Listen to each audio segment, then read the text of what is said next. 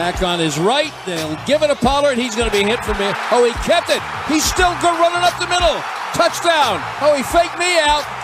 What a great fake and an 18-yard run up the middle by Dak Prescott for the Miller Lite first touchdown of the game. There's a highlight you won't hear later.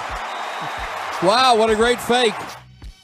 The Cowboys picked themselves up off the mat and beat the Los Angeles Chargers 20-17. It's the Get Right with Reggie KG right here on 105 through the Fan. Kevin Gray, Reginald Atatula. That's right. Regal Mendoza holding it down for you here. That was the voice of America's team, Brad Sham, on the call last night as the Cowboys go into their bye week at 4-2 after taking out the Chargers on Monday Night Football. At Kevin Gray Sports, at Reg Atatula if you want to get at us on Twitter. We are live on Twitch at twitch.tv/DallasFanCam and on YouTube as well. Make sure you search 105 through the Fan on YouTube and hit the subscribe button while you are there. The truckwreck.com text line 877-881-1053, 877-881-1053. If you want to get in on the conversation as we are with you until 11 o'clock tonight while the Rangers come back home to get ready for games 3 and 4 tomorrow. Mad Max on the mound for the good guys. Plenty of Rangers talk, plenty of Cowboys talk over the next 3 hours. But, Reg, we start tonight's conversations with something that we love to do when the Cowboys win and when the Rangers win, which we'll do a little bit later on. Who hooped? Who hooped in this context? 877-881-1053. That's the truckwreck.com text line. Let us know who jumped off the screen for you. As let's go back through Monday Night Football, a Cowboys win on a Cowboys victory Tuesday. Should we start with the? All right, I was about to say the most obvious, but I don't know if this is the most obvious. CeeDee Lamb hooped. CeeDee Lamb was hooping. CeeDee Lamb. In fact, he was my number one star of the night last night. Very good. Okay, I was going to say. I feel like he was probably the number one name, but there's another name that I think we're going to talk about because we always talk about him because it's the Cowboys and all those things. But we'll get there. Let's start by talking about number 88. CeeDee Lamb showed up big time last night.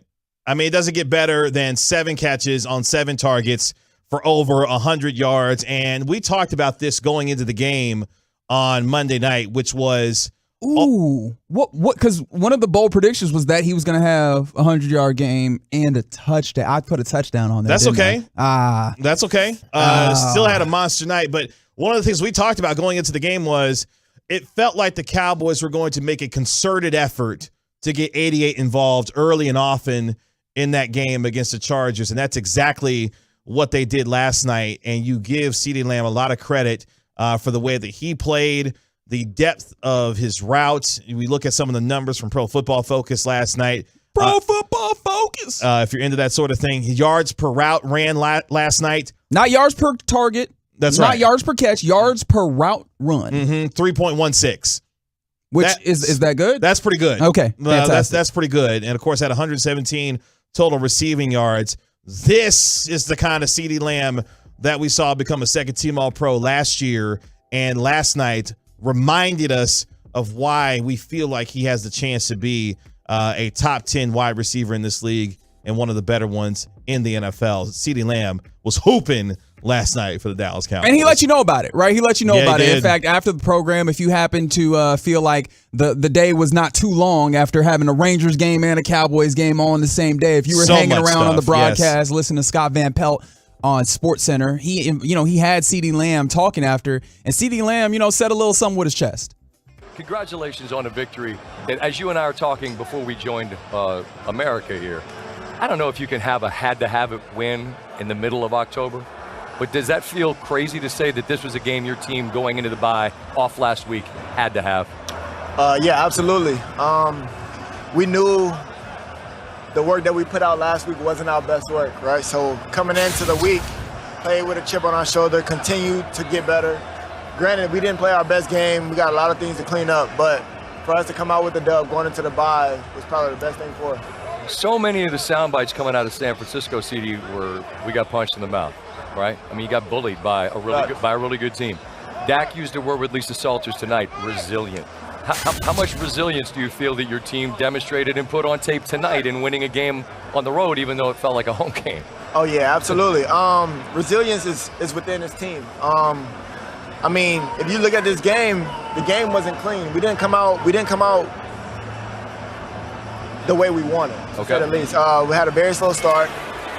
We hopped out on top of them real quick, but as far as getting everything done that we wanted to, I'm glad we can come out with the win, but it's a lot of things that we got to work on and clean up. Oh, we didn't even get to the best part. Now, obviously, those were good leader answers. Mm-hmm. But when they started talking about, the likes of Jamar Chase getting out here talking about, he want that 7-Eleven treatment. I'm always open. And he said, no, I'm open like him too. Yeah. 7-Eleven always open. I mean, say it with your chest, CD. I mean, and look, that's what you want your number one wide receiver to say. Yeah. And all receivers are going to tell you that they're open all the damn time. Throw me the damn ball, Keyshawn. Like, all of them are going to say that. But for CeeDee Lamb, this offense is clearly better when he is involved and ensuring that he is one of the focal points of this offense. And it settled Dak down. We'll get to how Dak played and him using his legs to extend plays.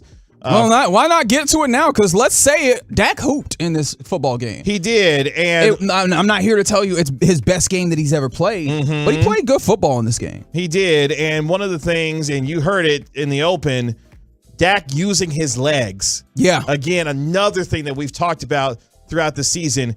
When will Dak Prescott get back to utilizing his legs, not only to make and extend plays, but also generate offense in terms of being able to run the football into the end zone? Yeah. And you saw that last night. Now, one thing about it is, in some instances, he was trusting his legs in a way when you talk about like extending a play, because he took a couple of sacks that he did. You go, hey, dog, come on, man, throw the ball away. Which honestly, as we'll have opportunities. Let's talk about the hooping portions of it right now. Hey, man. The big the numbers, especially like the average per attempt, and so those types of things, those looked pretty good on the stat sheet, and then that's in large part because he made a huge play finding Tony Pollard in like scramble drill type situation, in addition to like that great pull. So like those are the types of things that if you were inclined to talk about football games in a narrative structure, you go, hey man, it looked a little nasty, but he made the important play when it was necessary. And I think that's something, if you want to give some level of credit to Dak Prescott, that you at least have to put on the table for him after this contest. Yeah, Prescott was hooping with Tony Pollard last night. Prescott in the gun, snap back. They blocked it up. Now he pulls it back. Now he escapes out to his right. Somebody run for him. Pollard in the middle of the field at the 35.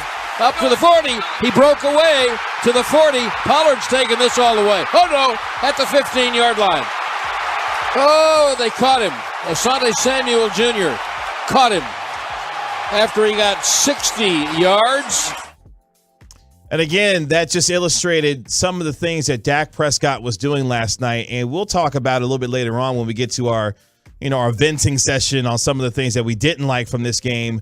But the fact that quarterback, after the performance he had last week against San Francisco, overcame at times his own head coach, a bad offensive line performance, I thought, from the Cowboys last night, to extend plays with his legs, particularly on third down. And as we mentioned a little bit earlier, being able to run in for the 18-yard touchdown. Dak Prescott was really good last night in some of the elements that we've come to know him for, with his ability to make things happen when things break down within the pocket and be able to make things happen, not only down the field in the passing game, but also in running the football as well. Marquise Bell. Yeah, he was Come hooping. on down. Yeah, man. Like Marquise Bell hooped as a dude did. who is a safety, and he doesn't look like a particularly big safety to begin with, who was tapped as soon as you lost DeMarvion Overshown. Like, hey man, you're moving rooms, right? You are no longer in this safety room. You are almost exclusively a linebacker now. To have that type of change and shift in your game, we did not see the Micah Parsons at linebacker experience that we talked about so much.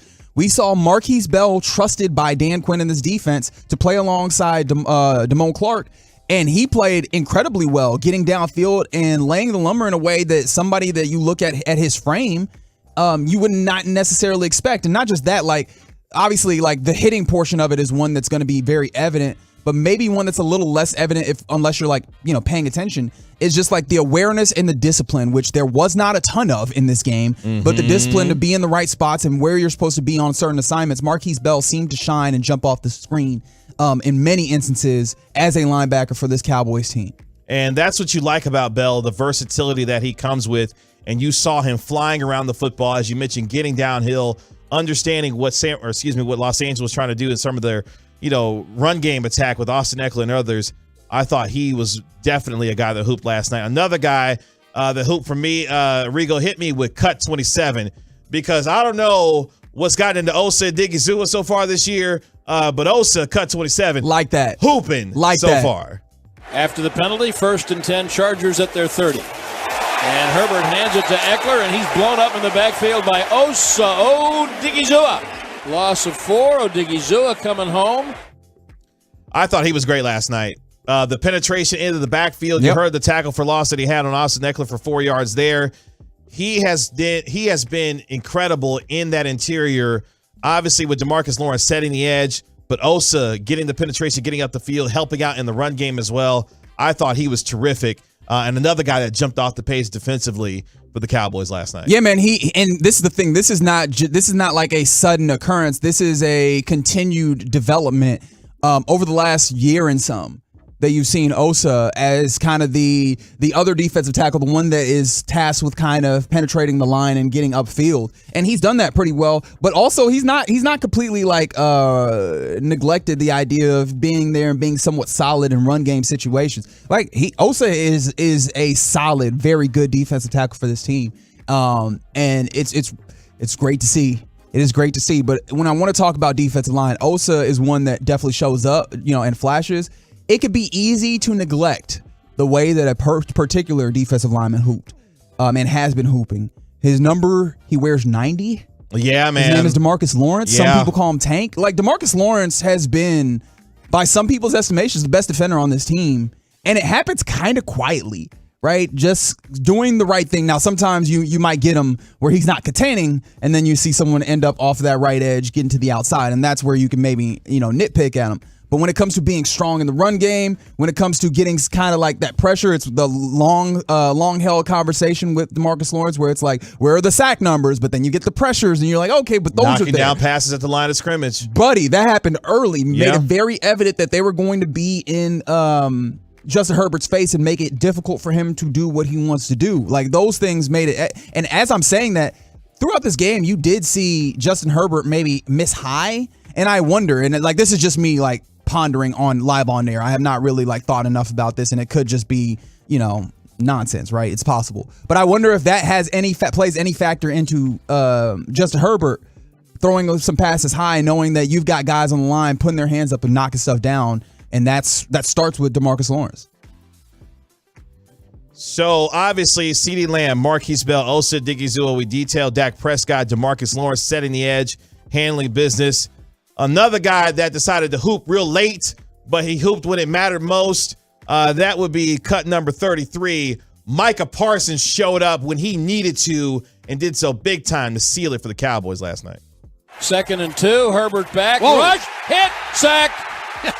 Micah Parsons got it, babe, and I were just talking during the break, and I said, I've got 0 sacks for the Dallas Cowboys. It was funny between Brad Sham and Troy Aikman at the exact same point in the game, talking about how they really hadn't heard from Micah Parsons up until that point. Micah Parsons, the speed to power, busting through a double team, the speed at which he got to Justin Herbert and laid him out for that sack there. And then, of course, Stephon Gilmore sealing it with the interception on the next play. Micah Parsons, while he didn't necessarily have the eye-popping numbers that we are accustomed to seeing at times from him, his effect on the game was felt when it mattered most at the end there for the Dallas Cowboys. Yeah, that might be something that we have to talk about, is the idea of, obviously, like, teams are going to throw their scheme and their players at their resources at a player like that. But this team is, in order to be the best defense that they need to be, he needs to be impactful in a large way. And obviously you saw some of that, but it seems like we're not seeing as much of the otherworldly when it comes to Micah. And I think that is somewhat necessary for the high-level defensive play that it seems like is necessary to be the elite team that the Cowboys want to be. And maybe that's a conversation we need to have over time. Yeah, because I think part of some of that is he's seeing a lot more double teams and at times triple teams. And teams are looking to neutralize him and his effect on the football game, whether it be as an off-ball linebacker or as an edge rusher. They're trying to take him out of games, but you saw when they needed a play defensively, number 11 made it happen. We'll hear more from Mike a little bit later on and how he's feeling about y'all. Is it good? Kind of. Okay. Kind of. Very good. Basically, keep his name and his quarterback's name out your mouth. Very good. We'll hear from Mike a little bit Oh, later no. on. Are you going to make this? Are you going to find a way to shoehorn the Smiths back into this? Is that what you're about to do? The what? The Smiths, Will, Jada? Is that what you're trying to do? No, that's I see, because I know your game. I'm familiar with your game. That's at over and this done point. with, Okay. like their relationship. So you right. don't have to worry about that. All right, I think that's the end of the segment. That's who hooped last night as the Cowboys, for the second time at SoFi Stadium, beat the Chargers 20-17 with a field goal to win. You remember the last time? The scoreline did feel familiar. That's okay, yeah. Greg Zuerlein hit the field goal to win. Well, let's do this real quick before we go. Brandon Aubrey. Hooping. Yeah, man. Like, he hasn't had a ton of opportunities to kick, but every time he does, not only is he making it, it feels like he's like, if we put a line down the middle of the uprights, he'd be hitting that. It's nice and comfortable for him. He's been really good. Shout out to Brandon Aubrey, apparently a.k.a. Butter. Okay. I like that. That's from Dak Prescott. I like that. Yeah, I like that, Dak. Look, MLS, hide your players, because apparently the NFL is about to start coming and rating when it comes to kickers. Y'all better hide Messi. He ain't coming up. Come on, man. Messi Relax. ain't. You think Messi's giving you an opportunity to try and tackle him? And leave that money? Come on, man. Relax. It's to Get Right with Reggie KG right here on 105 through the Fan. Coming up next, we continue Who Hooped. But this time, Texas Rangers balling in Houston as they get ready for Game 3 tomorrow night. Who Hooped in Games 1 and 2 for the Texas Rangers? We do it next on 105 through the Fan. Back, rush, hit, sack. Always a welcome sign for this clubhouse. Featuring breaking sports news, inside info, opinion, with laughs along the way. Turn it on, leave it on. The Fan and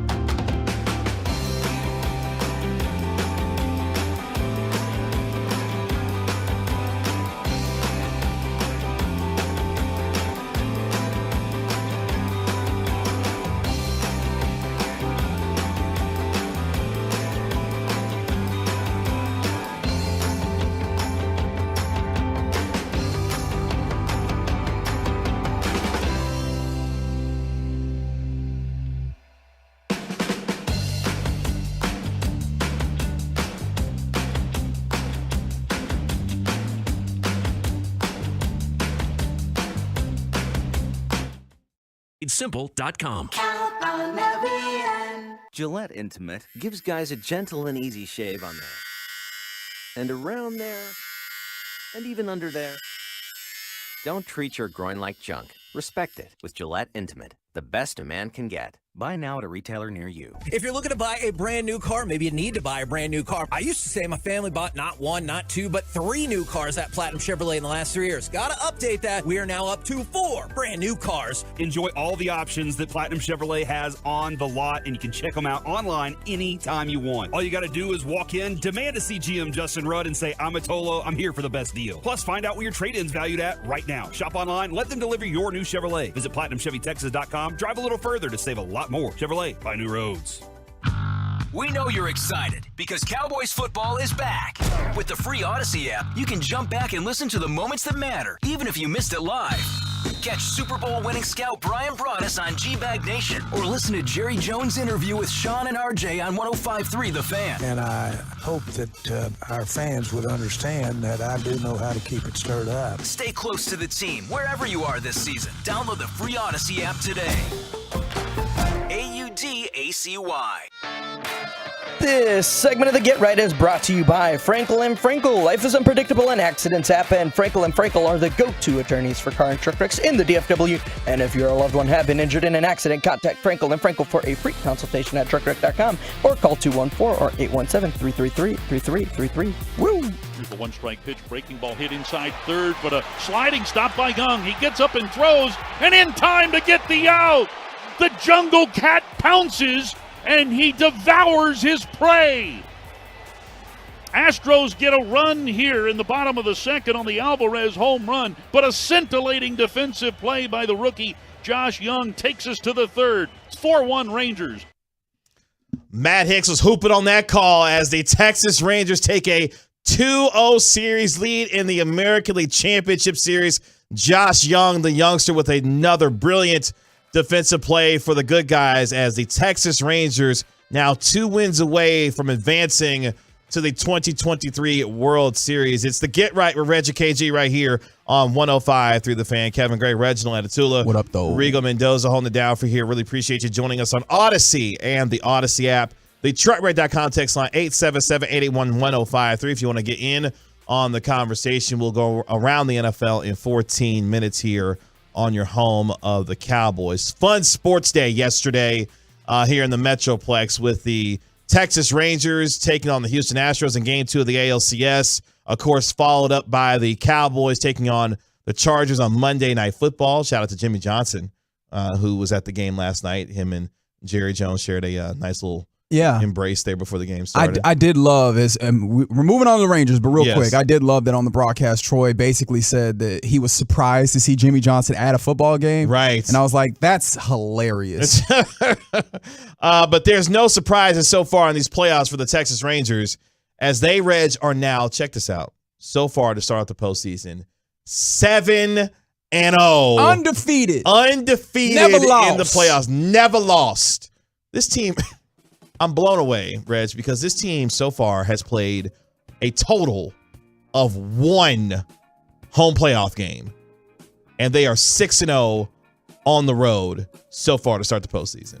Like I said, Tampa, Baltimore, Houston, it do not matter. 2 wins in Tampa, 2 wins in Baltimore, and you take the first 2 games in Houston to take a 2-0 series lead against the reigning World Series champion Houston Astros. You do love to see it.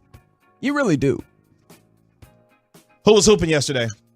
At this point, I'm starting to am I mixing stuff up? But it's easy to always say, let's talk about the idea of Corey Seager. That's not a bad place to start. Not a bad place to start. All right, like Corey Seager, one of the and it's funny because at the plate is not what immediately comes to mind. That dude is just always in the right position defensively. Mm-hmm. And it just reminds me, because I think we were talking about this recently. That's a dude at 6'4" playing shortstop. And he's never necessarily been considered a great defensive shortstop. But he's handling his business. And it feels like anytime that there was something hit in that general shortstop area, he gobbled it up and sent it where it needed to be. And yeah, man, shout out to Corey Seager, who also added a run in this game. Yeah, man, look, it's hard to ignore his what he means to this team in being like its best player. Yeah. And the levels of play that he's played to get them there. And I'm certain that means a good amount when it comes down to the way that this team goes about what they do. Before I get to, the bullpen a little bit later on, I'm going to do a collective hooping because the defense of the Texas Rangers. All right, we just let's put it all together. Yeah, have been hooping. We talked about this a little bit last night. This is a team in the Texas Rangers, top 5 in fielding percentage, top 5 in fewest errors this season. I think both of those. I think top 2 in both of those efforts during the regular season. So a team that has been stellar defensively continues their terrific work. You heard the play, from Josh Young on how he's manned third base for this team. I just love the intensity of which this team has brought it. And I'm going to go with cut number 7 because, yes, Robbie Grossman reached on the throwing error by Framber Valdez, but it was the person, Rigo, that scored that I want to highlight who was hooping yesterday. Valdez back to the set. And he comes home, and Grossman swings. It's a tapper out toward the mound. Valdez bobbles the ball, throws to first, and throws it away down the right field line. Into score is Simeon. Seager around third, being held up. Grossman goes all the way to second, and the Rangers lead 1-0 in the top of the first. Yeah, Framber definitely wasn't hooping, though. No, he was not. The Hall of Famer Eric Nadel on the call. The reason why I highlight that particular play there, because of who scored it, was Marcus Simeon. And he was hooping literally from first pitch, because I don't know what was in the air for Framber Valdez, and we talked about it with Landry Locker a little bit last week. Well, you know what that might be, and I hate to cut you off here. Mm-hmm. Can we say that the Rangers coaching staff is hooping? I love the way that their bats have approached this game, this series, this postseason. They seem with every pitcher to know.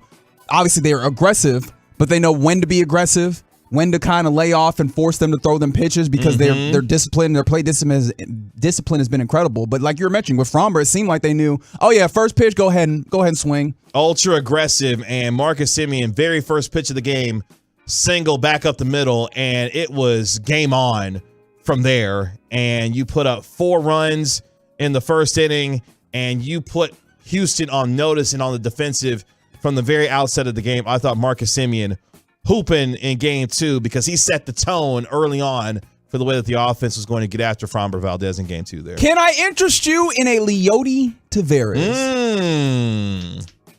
who was 1 for 2 in this game because he walked twice. That's right. And that one was a triple, right? And this comes after a game in which he went yard, right? Leody Taveras, a guy who bats 9th in this lineup, out here showing up in a big situation, which not only is a credit to Leody in the ways that, he has been an asset to this team in the ways that he has stayed locked in, but also speaks to just how good this lineup is 1 through 9. And I think that again, we talked about this a lot of times. What that does is that there's no easy outs for a pitcher.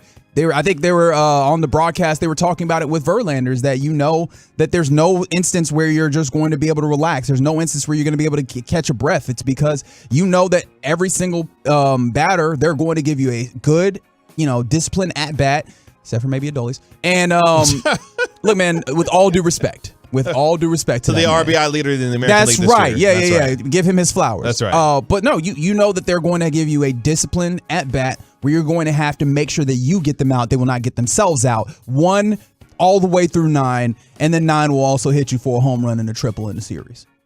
And that offense last night was in support of a man yesterday, another gutsy pitching performance. Nathan Eovaldi was hooping last night. He is working with 5 days rest, 1 extra day today. 2 balls, 2 strikes. The pitch. He struck him out swinging, got him to chase a curve that was way off the plate outside. So Diaz, a strikeout victim. And that was part of the biggest moment in that game yesterday. In the bottom of the 5th inning, bases loaded, Eovaldi able to get out of that bases loaded jam, started with the strikeout of Yanier Diaz, who came in for Marty Maldonado, who, of course, is not a great hitter at all for the Houston Astros. That got that started, and he was able to get out of that inning in a big spot for the Texas Rangers yesterday. Yeah, I was starting to wonder if that was going to be where, it got a little shaky. If that, I mean, obviously, it did look a little shaky, right? Obviously, but I was wondering, Is this where you're going to start seeing runs? And then is this where, and as I have been, I've let you guys know, I've been perpetually concerned about, is this going to be where now the bullpen has to come in and maybe you see the shaky bullpen that has been at some points in this regular season? That is not what happened. Obviously, you're able to close this out and you turn a situation that could have felt like, a confidence, destroyer.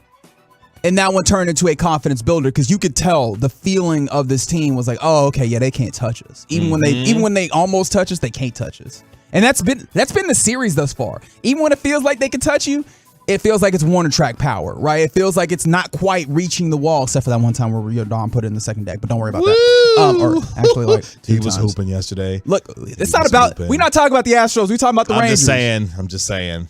But he was. But yeah, outside of that, it feels like even when you're like, oh man, they're kind of gonna touch you, right? Strong, or like big contact. You're just ending up with long outs, and so I think that was also like the height of that type of feeling, which is, man, they've loaded this up. This could be a really dangerous inning. Nope. Got out of it. It's cool. Yeah, he got the strikeout of Diaz swinging. Then he got Jose Altuve next, and he was able to get Alex Bregman to ground out to third to end that inning and to get out of it unscathed and to remain a 5-2 lead. Another guy that was hooping for me personally yesterday. Who's that? Take me to cut 14, the final out of the game. Jose Leclerc. 3 balls and a strike. Was set by Leclerc, and the pitch to Altuve swung on in a high drive, well hit left center field. Tavares into the gap, has a play, and he makes the catch in front of the track, and the Rangers have won it 5-4. They've won 7 postseason games in a row and grabbed a 2-0 lead in the American League Championship Series with a pair of wins in Houston. Jose Leclerc has done it again. He has closed out all 7 Ranger wins. This is his 3rd save. 3 save opportunities. Yeah. 4 out save. 4 out save. 3 chances for saves. 3 opportunities converted. And it wasn't without trepidation. Because at one point, my man threw 9 straight balls. And we was like, oh, wait a minute now. Now hold on, Jose. And whose at bat was that? Because they, the Astro then let him off the hook because they took like one of these big hacks when it was like, hey, you probably should just let Jose Leclerc see if he could throw you a strike. And that, I think we were talking about this on the phone because apparently we just talk all the time. That's right. One of the things that feels like that's differentiated these two teams in the series thus far is that the Astros have been more than willing to expand the zone where the Rangers have not. And so you've seen the ways that the Rangers have forced pressure upon the Astros and the pitchers and made them had to do things. And not to say that the Rangers pitchers have not been doing the things, but even in instances where maybe it's gotten a little shaky, the Astros have helped out in the effort. And so when you have that happening against two teams that are really good, admittedly, you allow for the Rangers to edge out. And this was very much an edge out situation in which, look, man, Leclerc had some of those long, hard contact outs, but they were outs nonetheless. You end up with the save and you get out of this 5-4, get the hell out of Houston, bring it back to the crib with a 2-0 lead in the series and an opportunity to never go back to Houston for the rest of the year. Yeah, and that stretch that you were talking about. Now, this is after Aroldis Chapman had given up the second home run to Yordan Alvarez to cut the lead to 5-4. Bruce Bochy goes and gets him immediately and gets Jose Leclerc in there. It's a short leash for Aroldis. If it's going great, let him go. If it's not, all right, that's enough. And it started to get a little wonky because Leclerc walks Jose Abreu to start. Then he walks Michael Brantley as well. That's part of a 9 consecutive ball stretch before he was able to finally get Chas McCormick to ground into the fielder's choice at third base to get the last out of the inning to be able to handle things. But you give Jose Leclerc a lot of credit for the way that he was able to. That's right, 682. I don't know what Chas McCormick was doing in that at bat against Jose. They're getting antsy. Look, man, it feels like maybe you put enough pressure on them that they're getting antsy. They feel like they need to go and make the play instead of where the Rangers are. It seems like the Rangers trust everybody else, and they're like, I don't have to be Superman because I got this dude behind me who will go and get this hit. I got another dude behind him who will go and get this hit. The plays will be made. Just do your job feels to be the perspective of this team.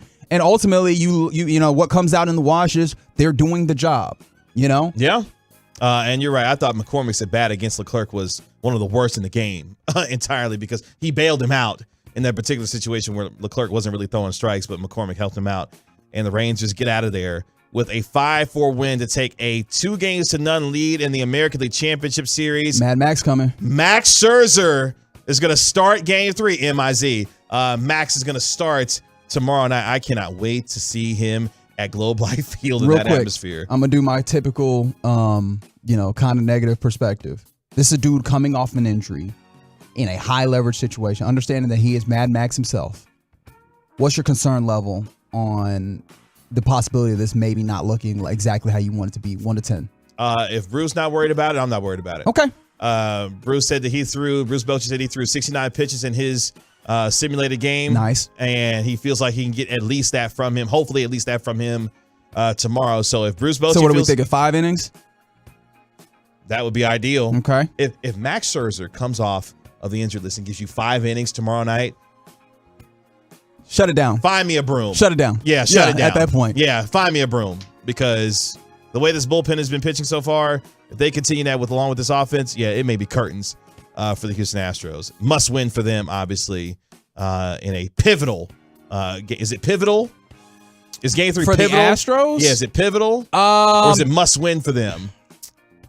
Yeah, I think it's must win. Because must win for them? After that, they'd be staving. They'd be staving. Stave. Yeah, stave. Yeah, okay. They'd be staving off elimination. Okay, this is a must win for them, right? Especially after giving up home field. Yeah, man. Yeah, that's tough for them. Wouldn't be me. Couldn't be. Couldn't be. Couldn't be the Rangers. That's right. It's the Get Right. Reggie KG right here on 105.3 The Fan. Coming up next, we go around the National Football League, get you caught up on the latest news and notes in and around the NFL. We do it next on 105.3 The Fan. The Rangers try to win their 8th straight postseason game and their 3rd in a row over the Astros tomorrow night at Globe Life Field. Hi, everybody.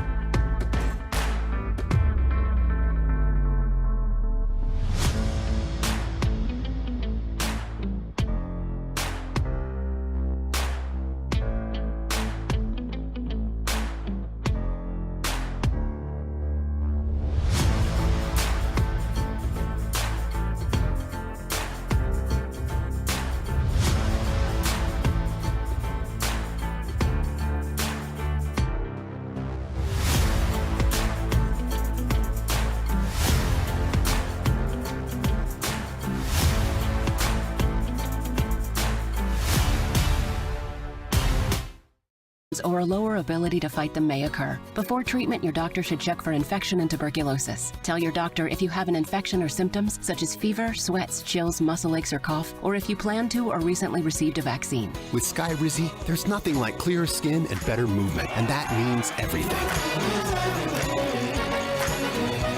Ask your doctor today about Skyrizi and visit Skyrizi.com or call 1-866-SKYRIZI to learn more.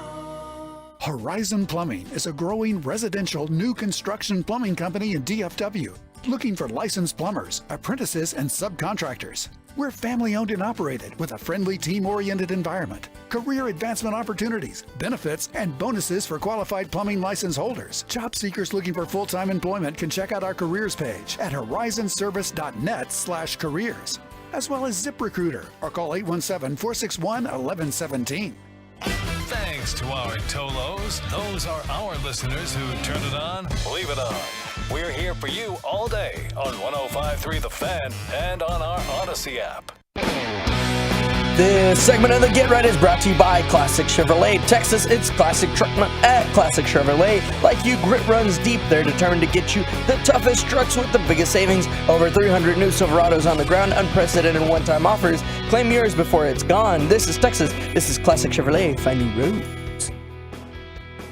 About to go around the NFL here on the Get Right with Reggie KG on 105.3 The Fan. Kevin Gray, Reggie Latatula. Yo. Regal Mendoza holding it down for you here. Really appreciate you joining us on Odyssey and the Odyssey app on this Victory Tuesday here on your home of the Cowboys and Texas Rangers. It really is a double Victory Tuesday, ain't it? It is. We'll vent a little bit at the top of the hour about some of the things that we saw from last night's game against the Chargers that we didn't like, even in the midst of the win as the Cowboys head to their bye week in the National Football League. At Kevin Gray Sports, at Reg Latatula if you want to get at us. Oh, that does Twitter. make me feel better about there being a whole bunch of Rangers games the rest of the week. Mm-hmm. Which obviously, when it comes to the home of the Rangers, 105 through the Fan, we, rightfully give way to a World Series caliber team. Especially when they're doing this. But, if there was a Cowboys game at the end of the week, it'd be a little bittersweet that we wouldn't have an opportunity to talk a lot about it. But, hey, man, ain't nothing happening. So, yeah, let's lean all the way in on Rangers. How about that? That's right.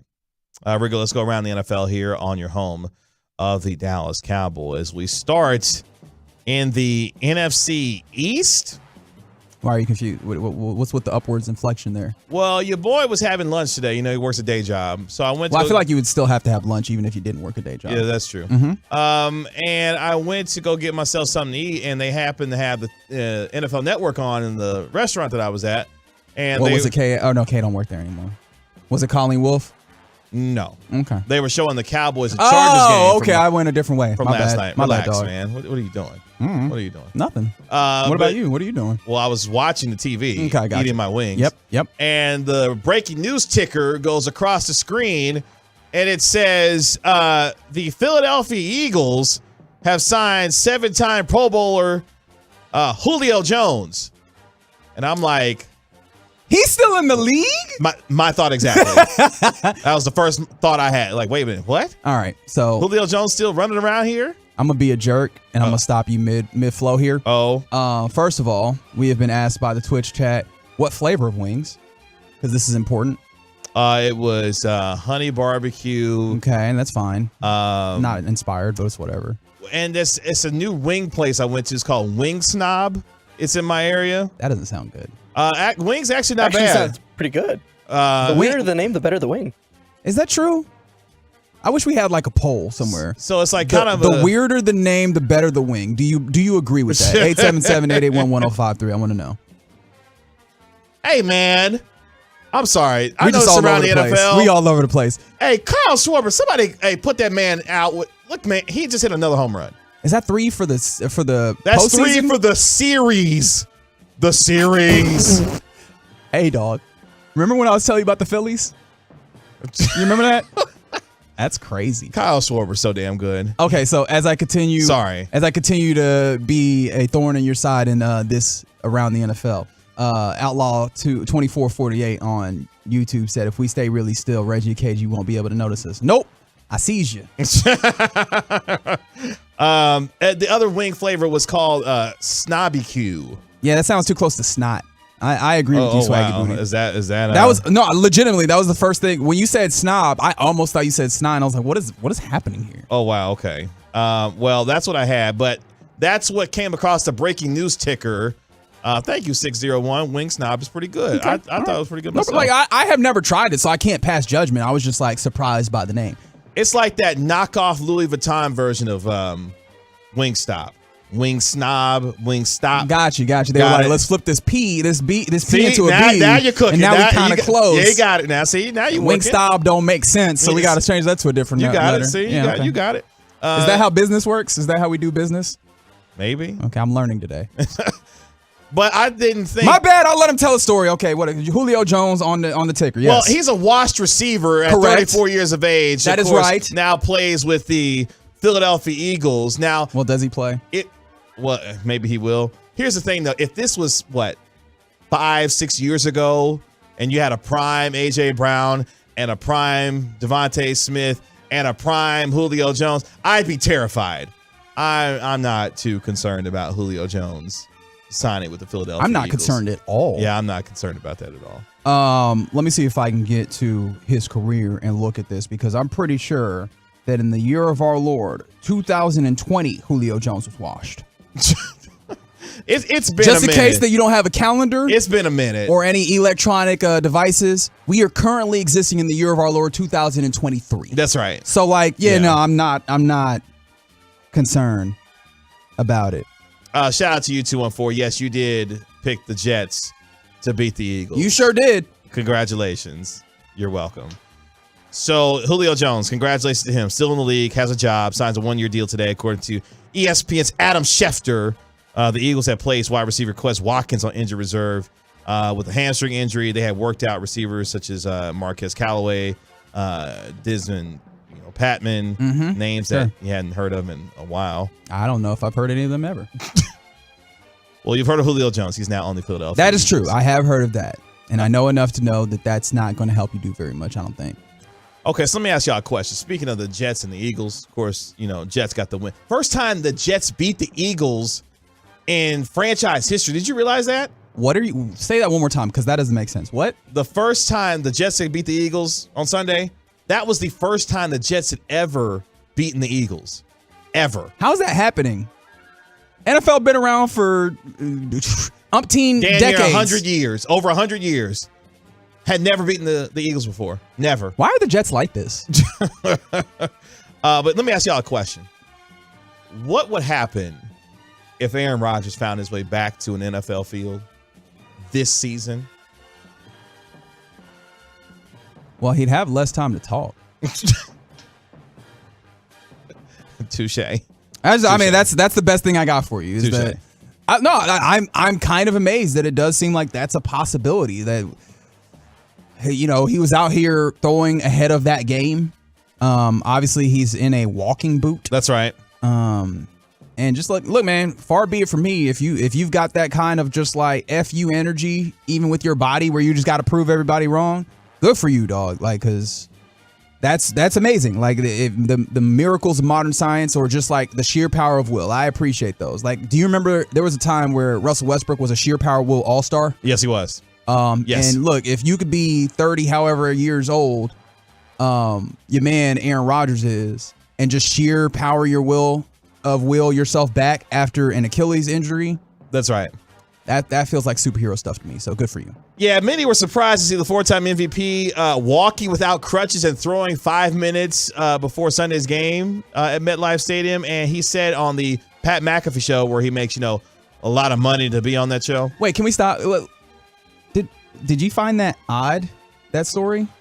That Pat McAfee pays Aaron Rodgers to be on his show? Yeah. No. Yeah, I feel like maybe that might just be a disconnect between people in media and people in non-media. I thought that was the cost of doing business if you're going to get Aaron Rodgers. If someone is on regularly on a show, consistently, more often than not, they are being paid for their time. Yeah. And I don't know if people outside of media don't know that. So I just wanted to say that, because a lot of our friends, that's one of the reasons why we try not to have them on all the damn time, is because we're not paying them. But if you hear someone on a weekly, likely they are getting paid for their efforts, which I think is fair. We're taking your time every week. I feel like you should pay you for that. Anyways, you were saying. Roger said in his weekly spot on the Pat McAfee show that he's obviously ahead of schedule, but cautioned that he still has many hurdles to clear before he'll be back on the field, saying, quote, "It absolutely makes no sense to have a specific timetable for his return," but obviously leaving no doubt that he wants to play again this year. Now, it would take a miracle for the Jets to make the postseason, which I think if he's able to come back at all, that would be the earliest that we would see Aaron Rodgers back in a Jets uniform. Here's the thing, right? You have the quarterback, Zach Wilson, who looks like he's been playing just at least like passable offensive football at quarterback. And with that defense playing the way that it is right now, that is a defense that can kind of carry you. And the thing that I like is that they have not lost like the will, right? Because I'll take you back to, 2017 with the Jacksonville Jaguars when that defense just got fed up of trying to carry Blake Bortles'. I'm going to try not to cuss on the air. Like they just got sick and it literally imploded the team after they carried him to an AFC Championship game. If they could find a way to have that kind of thing where the defense, which is absolutely good enough to do it, can keep their heads in such a place where they're like, we know we're going to carry this and we'll keep doing that as long as the offense just gives us good enough play, they can make it to where Aaron Rodgers makes his way back. Was that the Falcons-Patriots Super Bowl? The year that the Jaguars were within one half of taking out the Patriots in Foxborough and keeping them from going to the Super Bowl? Was that That sounds like it might have been the Falcons-Patriots Super Bowl season? Yeah, you have to check me on that. But yeah, I would be shocked if Aaron Rodgers found his way back onto a football field this season. But we'll see as he continues to be ahead of schedule. I guess the ayahuasca out here doing some good for him. All right. Okay. Good for him. Which, hey, man, if that's the case, let some folks know. That's your trip around the National Football League. Although I guess he has been letting us know. I'm about to say he's let us know quite often. That is his preferred whatever of choice.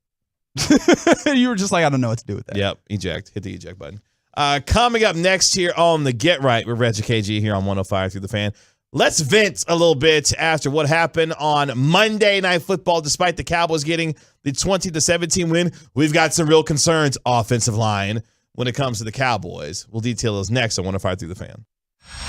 We have you covered, Stars fans, with exclusive content from two-time Stanley Cup champion Craig Ludwig and NHL reporter Sean Shapiro.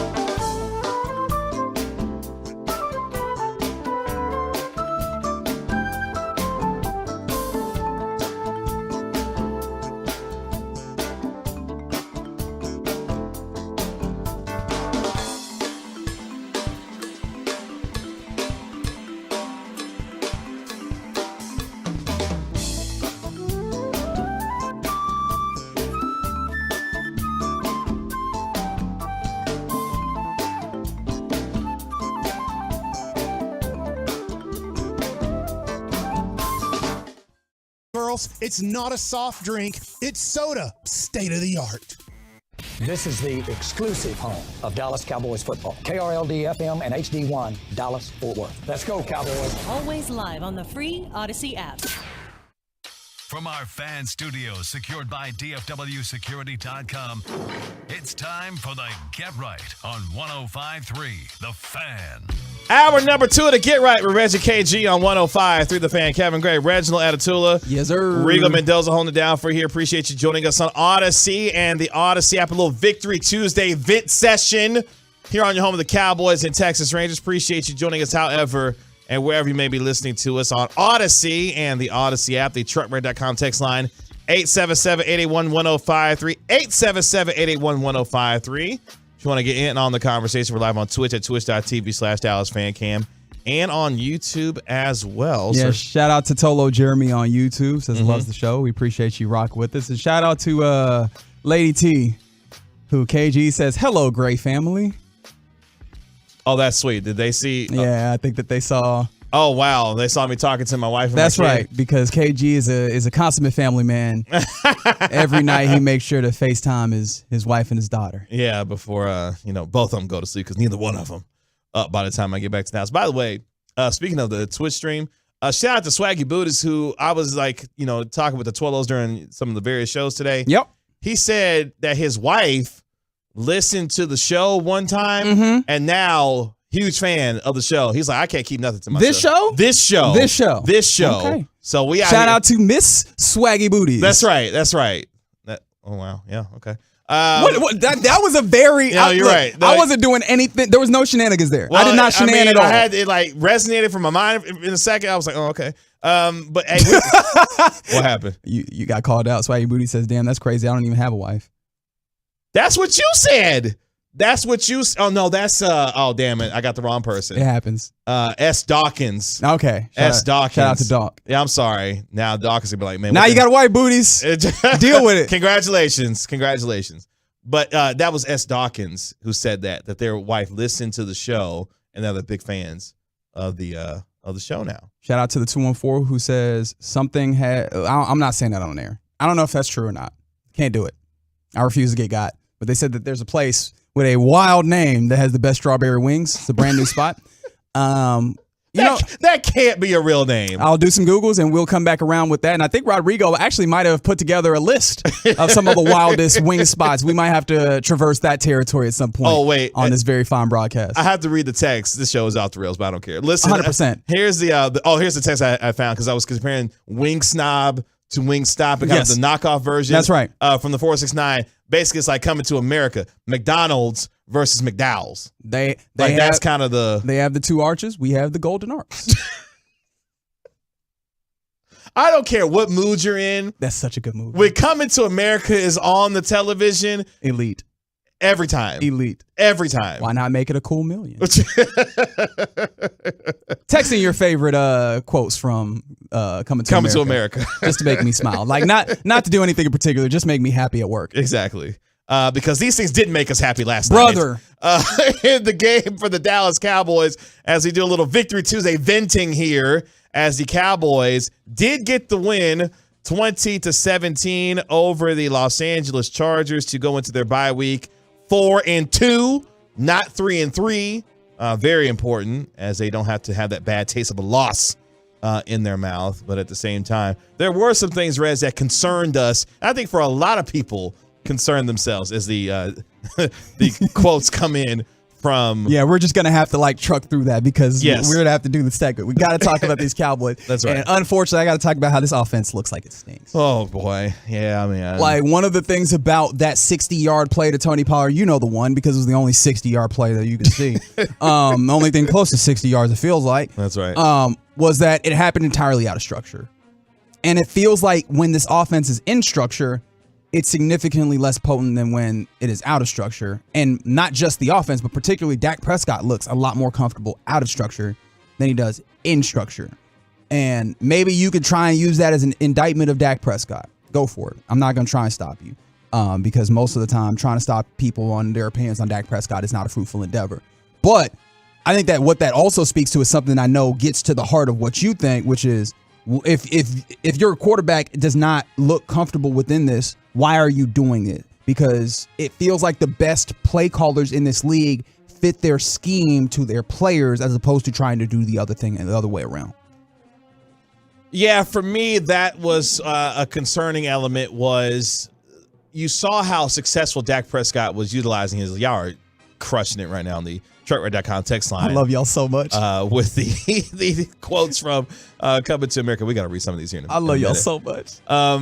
But that's what I want to see from this offense more was, or I should say, is the idea that Dak Prescott, not only with the off-script ability to make things happen with his legs, but some of the design elements, some of the zone reads. And Brian Schottenheimer, the offensive coordinator, talked about some of that today, saying, look, we're going to be very selective when we use some of those concepts with Dak Prescott running the football.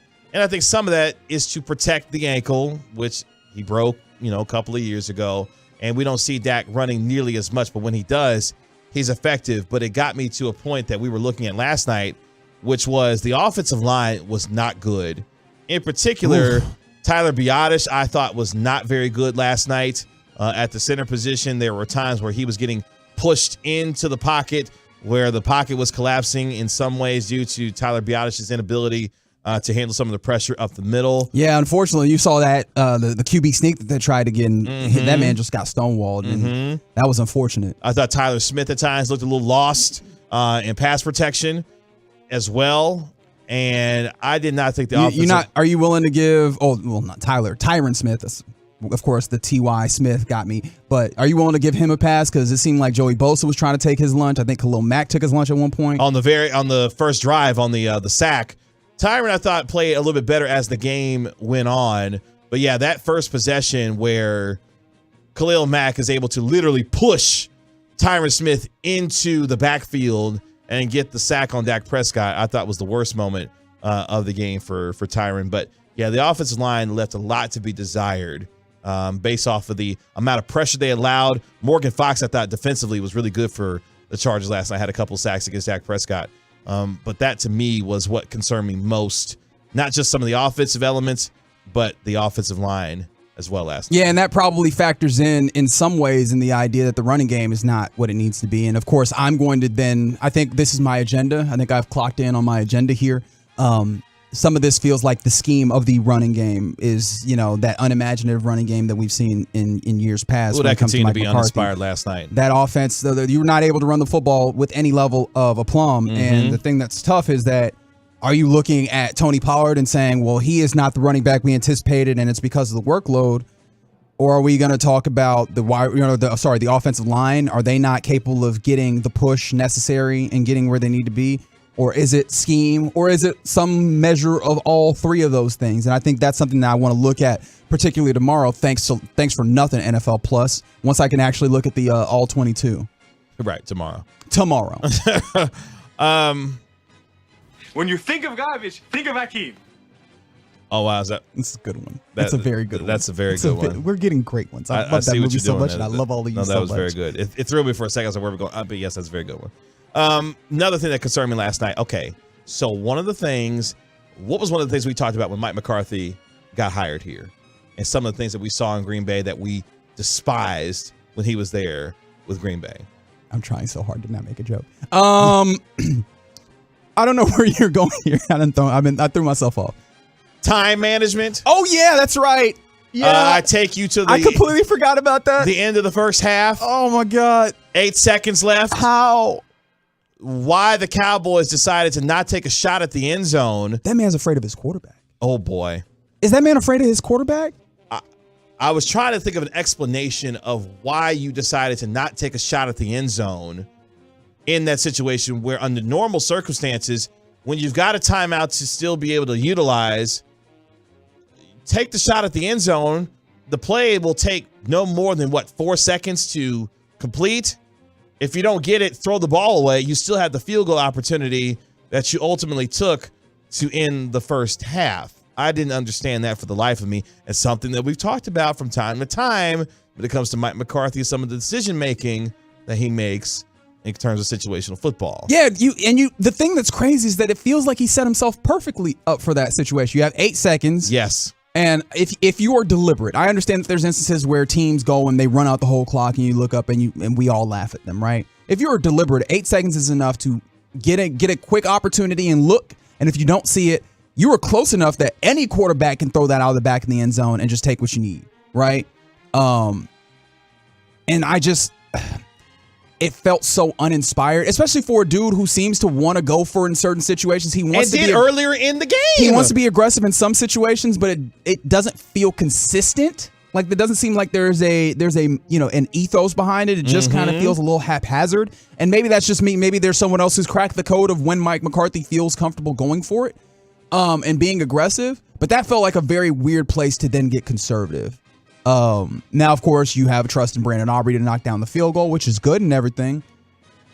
But I think it does portend a bigger issue that feels like, I don't know that dude trusts his offense. Like, the whole offensive scheme this year and all the discussion was the idea of, well, we want to play to our defense, which seems inherently to then signal an idea that he does not feel confident about his offense. And maybe I'm reading too much, but that's the way I read it. Yeah, I did not like the call at all. And we mentioned he went for it a little bit earlier, obviously, with the 4th and 1 play that got them the 18-yard touchdown. I just thought it was a very, very dry, conservative moment for Mike McCarthy to not allow his quarterback in that moment to be able to take a shot at the end zone, where, again, you're still in good position to get the field goal that you're looking for, and why not take the shot to see what you can do there to try and put some distance between yourself and the Chargers. Another thing that I'm venting about quite a bit from this game.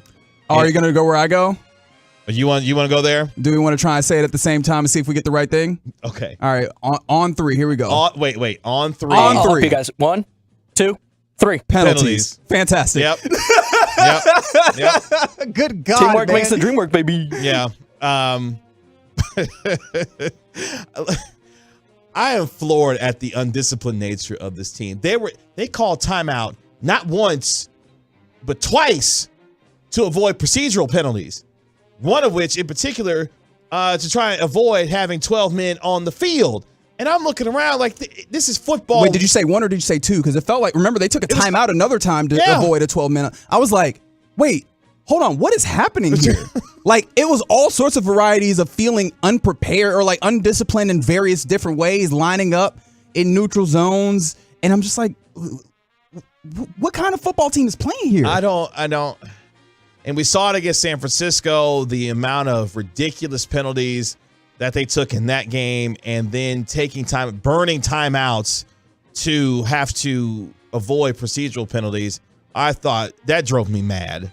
And that's something, and Mike McCarthy talked about it, in the press conference, the next day, which is, that's just something we cannot have moving forward. And this is why that game last night, despite the win for the Cowboys and beating the Chargers, picking themselves up after losing to San Francisco, again, when we evaluate, at least for me in particular, when I evaluate this team and wins and losses, I'm evaluating it through the lens. Can I see that team on that day, win or lose, be competitive at the top of the NFC and be an NFC championship type contender, maybe to get to a Super Bowl? I did not leave last night's game feeling any better about the idea that this team is moving toward the direction of being in the conversation, I can't believe I'm saying this, of the Detroit Lions, or even the San Francisco 49ers with their loss to the Browns, or even the Eagles with their loss to the Jets. I still am at that place where I don't see that right now based on what happened last night. That was a win, but offensively, you did not look inspired against a very bad defense, passing-wise particularly. And so, like, hey, man, the offense is getting, some more yardage, and CeeDee Lamb got involved, and I was like, all of that happened against a very bad defense where I anticipated you to, like, get right, and you looked so. That's all she did. That was good. And look, man, I want to come back to this because I try to make sure that I'm really balanced because of how polarizing Dak Prescott is. There is something to be said about the idea that Dak's been taking sacks while not throwing the football away. And I wonder if that came into Mike McCarthy's thought process when it came to that end of the first half situation. And Dak Prescott does need to find some way to remedy that situation, because I understand he's got the progressions that he's going through. But ultimately, if you see it, like, we've seen him get into trouble because he's trying to run and create more time. And we talk about this all across the league. There are guys that try and do too much in certain instances. And I wonder if he just needs to find a better balance of You get to a certain point and just chuck it, man. Live to fight another day. Yeah, there was one point where he avoided the pressure of a sack and then ran into another one that wound up getting sacked behind, obviously, the line of scrimmage. But, yeah, that's something that for a quarterback in year 8, you can't be taking sacks. Throw the ball away. Oh, this is a fun question on the truckwreck.com text line from the 469. Whose offense is worse, Mike McCarthy or Scott Linehan? Yes. Very good. Good answer. Like, what, do you feel confident in Mike McCarthy's offense right now, even with the win last night? No. And it was funny because this kind of, in some ways, is maybe like a secondary or maybe even a primary framework for this game was, oh, here we go. The 2 play callers to see which one is the right one. And felt like a push. A push. Which is odd. I think some of that for Kellen Moore's side was more on Justin Herbert because he had some wide open throws. Yeah, there were some touchdowns that absolutely he should have had, but he was just floating them. Keenan Allen put Deron Bland on some skates with that double move. And he was wide the hell open. What I like to call booty butt naked open. Brother. Yep. And Herbert missed him. There were a couple plays in that game. If Herbert is halfway accurate with the football, they are still running right now between Keenan Allen and some of the other receivers there. But I thought the Cowboys got away with a couple there. That particular double move that Keenan Allen put on Deron Bland. Woo. But yeah, I think that was more so Herbert and his inability to make consistent plays last night. Because that first drive, after the 26-yard punt return by Davis. Hey, we see Kellen Moore scripts. Oh, man. We know how this can go. I was like, this is about to be nasty work because that first drive for Los Angeles was really good. Had Keenan Allen sprint across the field to be able to get the touchdown on. Although if we want to talk about drops and missing, hello, Michael Gallup. Okay, that's another part. 30 seconds. What the hell was going on with all the targets? He got nearly 35% of the targets last night from Dak Prescott on his throws. I don't understand what the game plan was with all the targets to Michael Gallup last night. I feel like there's instances where they're trying to get him going.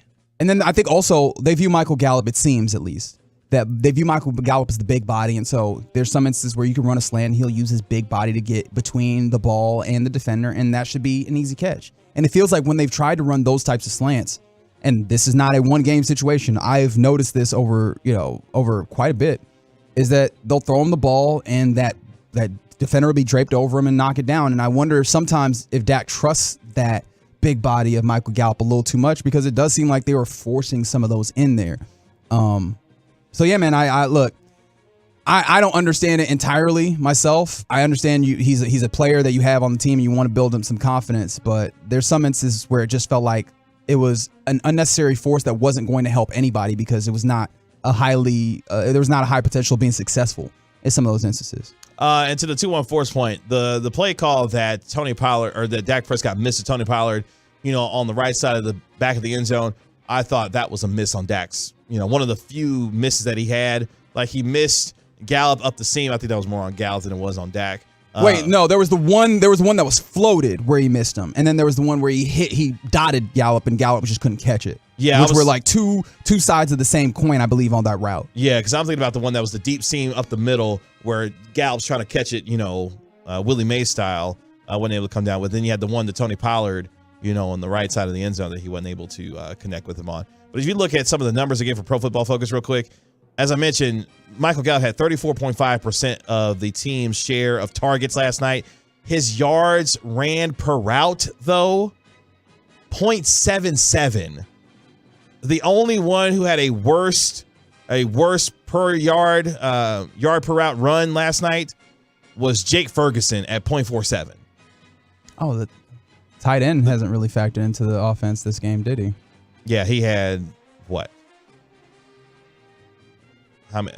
I can't even figure out the amount of targets. I forget how many targets he actually had. One. No, he had the one target. Was that the one target that he had? So yeah. So those are some venting. I hope you feel better. I definitely feel better. It's a lot of venting for a win. Yeah, usually this segment could be a little concise. Obviously, there's some negative things in any game that you want to get out, even if you win, right? It's supposed to be a safe space that people usually get mad when you're like, oh, but here was the bad thing that happened in the win. It doesn't feel like that's what's happening this week. It feels like people are more willing to be like, yeah, no, there was a lot of bad, even though they managed to win this football game. Coming up next on the Get Right, we're Reggie KG on 105 through the Fan. That boy good. What we learned from sexual chocolate. What we learned from week 6 of the National Football League. Aha. We do it next on the Get Right. Aha. All day, every day, bringing you insights and information no one has right here on The Fan and on the Odyssey app.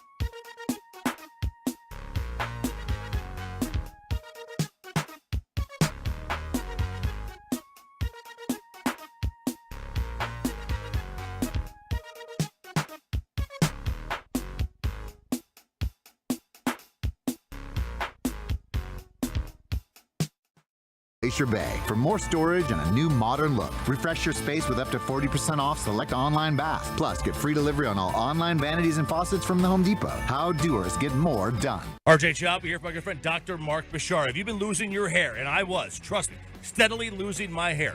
You don't have to go through the rest of your life bald. You can go do something about it with Dr. Mark Bashara, the first in the Southwest to have this robotic hair restoration treatment. He's done more of these than anybody else. And you can go see him. 817-473-2120. Mansfield and South Lake offices. Dr. Mark Bashara. Hit up markbasharamd.com. Tell him RJ Choppy for the Fan sent you. This segment of the Get Right is brought to you by Frankel & Frankel. Life is unpredictable and accidents happen. Frankel & Frankel are the go-to attorneys for car and truck wrecks in the DFW. And if your loved one has been injured in an accident, contact Frankel & Frankel for a free consultation at truckwreck.com or call 214 or 817-333-3333. What we learned from Week 6 of the National Football League is to Get Right with Reggie KG right here on 105 through the Fan. Kevin Gray, Reginald Atatula. Stars coming. Rigo Mendoza holding it down for you here. Yeah, it's win time. Getting ready for a Western Conference Finals rematch between the Stars and the Vegas Golden Knights. The puck about to drop in Vegas here in about 5 minutes or so. So we'll keep you up to date on what's happening between the Stars and the Golden Knights tonight. At Kevin Gray Sports, at Reg Atatula, if you want to get at us on Twitter. We'll go inside the gray area here in about 12 minutes or so here on 105.3 The Fan.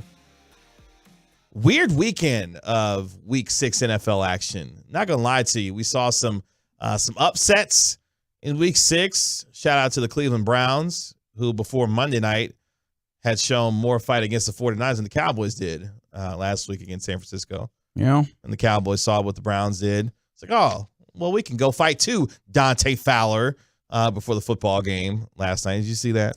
I saw that it happened, but I didn't really pay enough attention to it. And then I saw it earlier today and saw that Austin Eckler took a shot, baby. His helmet came flying off. His helmet not only came flying off, but it crowd surfed across the rest of the Chargers until it made its way out of the kerfuffle. It was weird. I don't understand how it happened. It was a kerfuffle for you?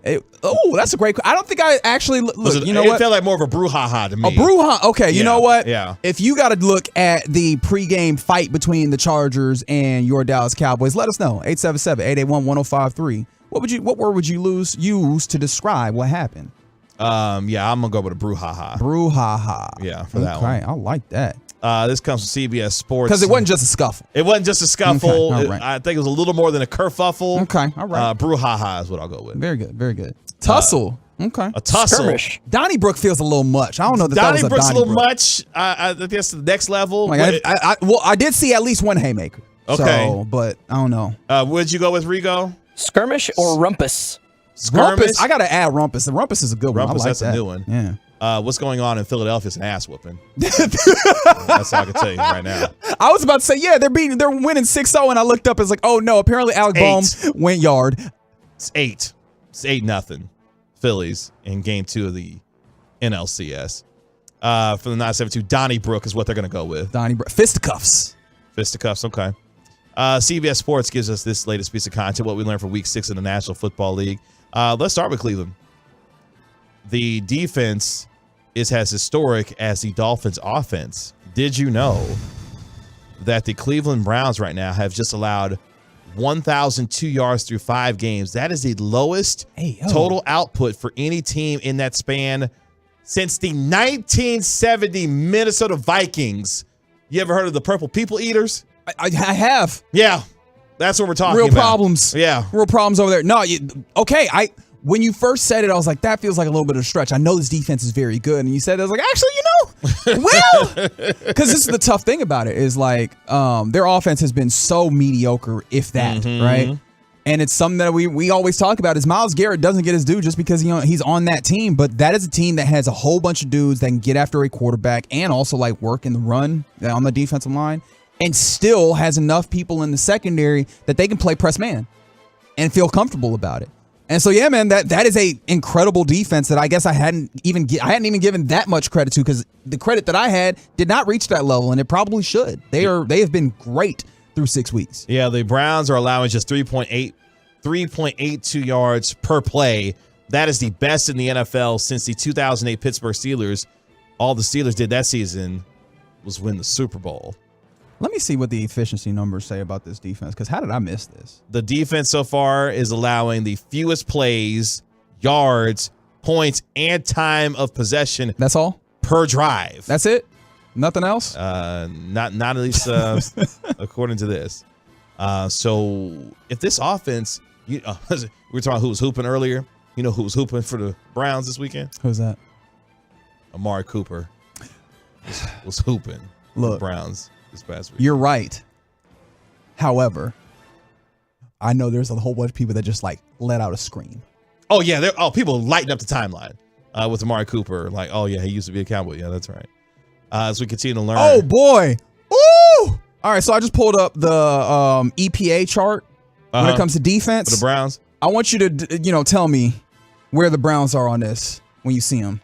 Oh wow, they're all the way on the right, which means that's really far ahead of everybody else. They're like outclassing San Francisco by a mile. Yeah, they look like they want to incorporate their own city so they don't have to pay taxes to the rest of the league. They're literally That's almost how off the far away charts. they are from everybody else on this chart when it comes to defensive EPA. Shout out to Jim Schwartz. He's their defensive coordinator out there in Cleveland. Let's switch it to the offensive side because what we learned from week 6, and I'll take you to Miami. Welcome to Miami. Shout out to Will Smith. Kind of. Bienvenidos a Miami. So, gentlemen, let me ask you a question. Is Tyreek Hill the NFL's MVP? Not the Offensive Player of the Year, the NFL's MVP. Just to give you some perspective so far through 6 games, check this out. Tyreek Hill, who had 6 catches for $165 and a touchdown in their win this weekend, he's got 42 catches for 814 yards and 6 touchdowns. He's on pace, gentlemen, for 119 catches, an NFL record 2,306 yards, and 15 touchdowns. He tried to told us, didn't he? He was like, I'm getting 2,000. We were like, hey, bro, you wildin'. And you know what he's doing on this field? Wildin', bro. Here's the thing that's interesting. We were like, wait, when was the last wide receiver who won an MVP? Let's save you the time because we didn't have this luxury. Nobody.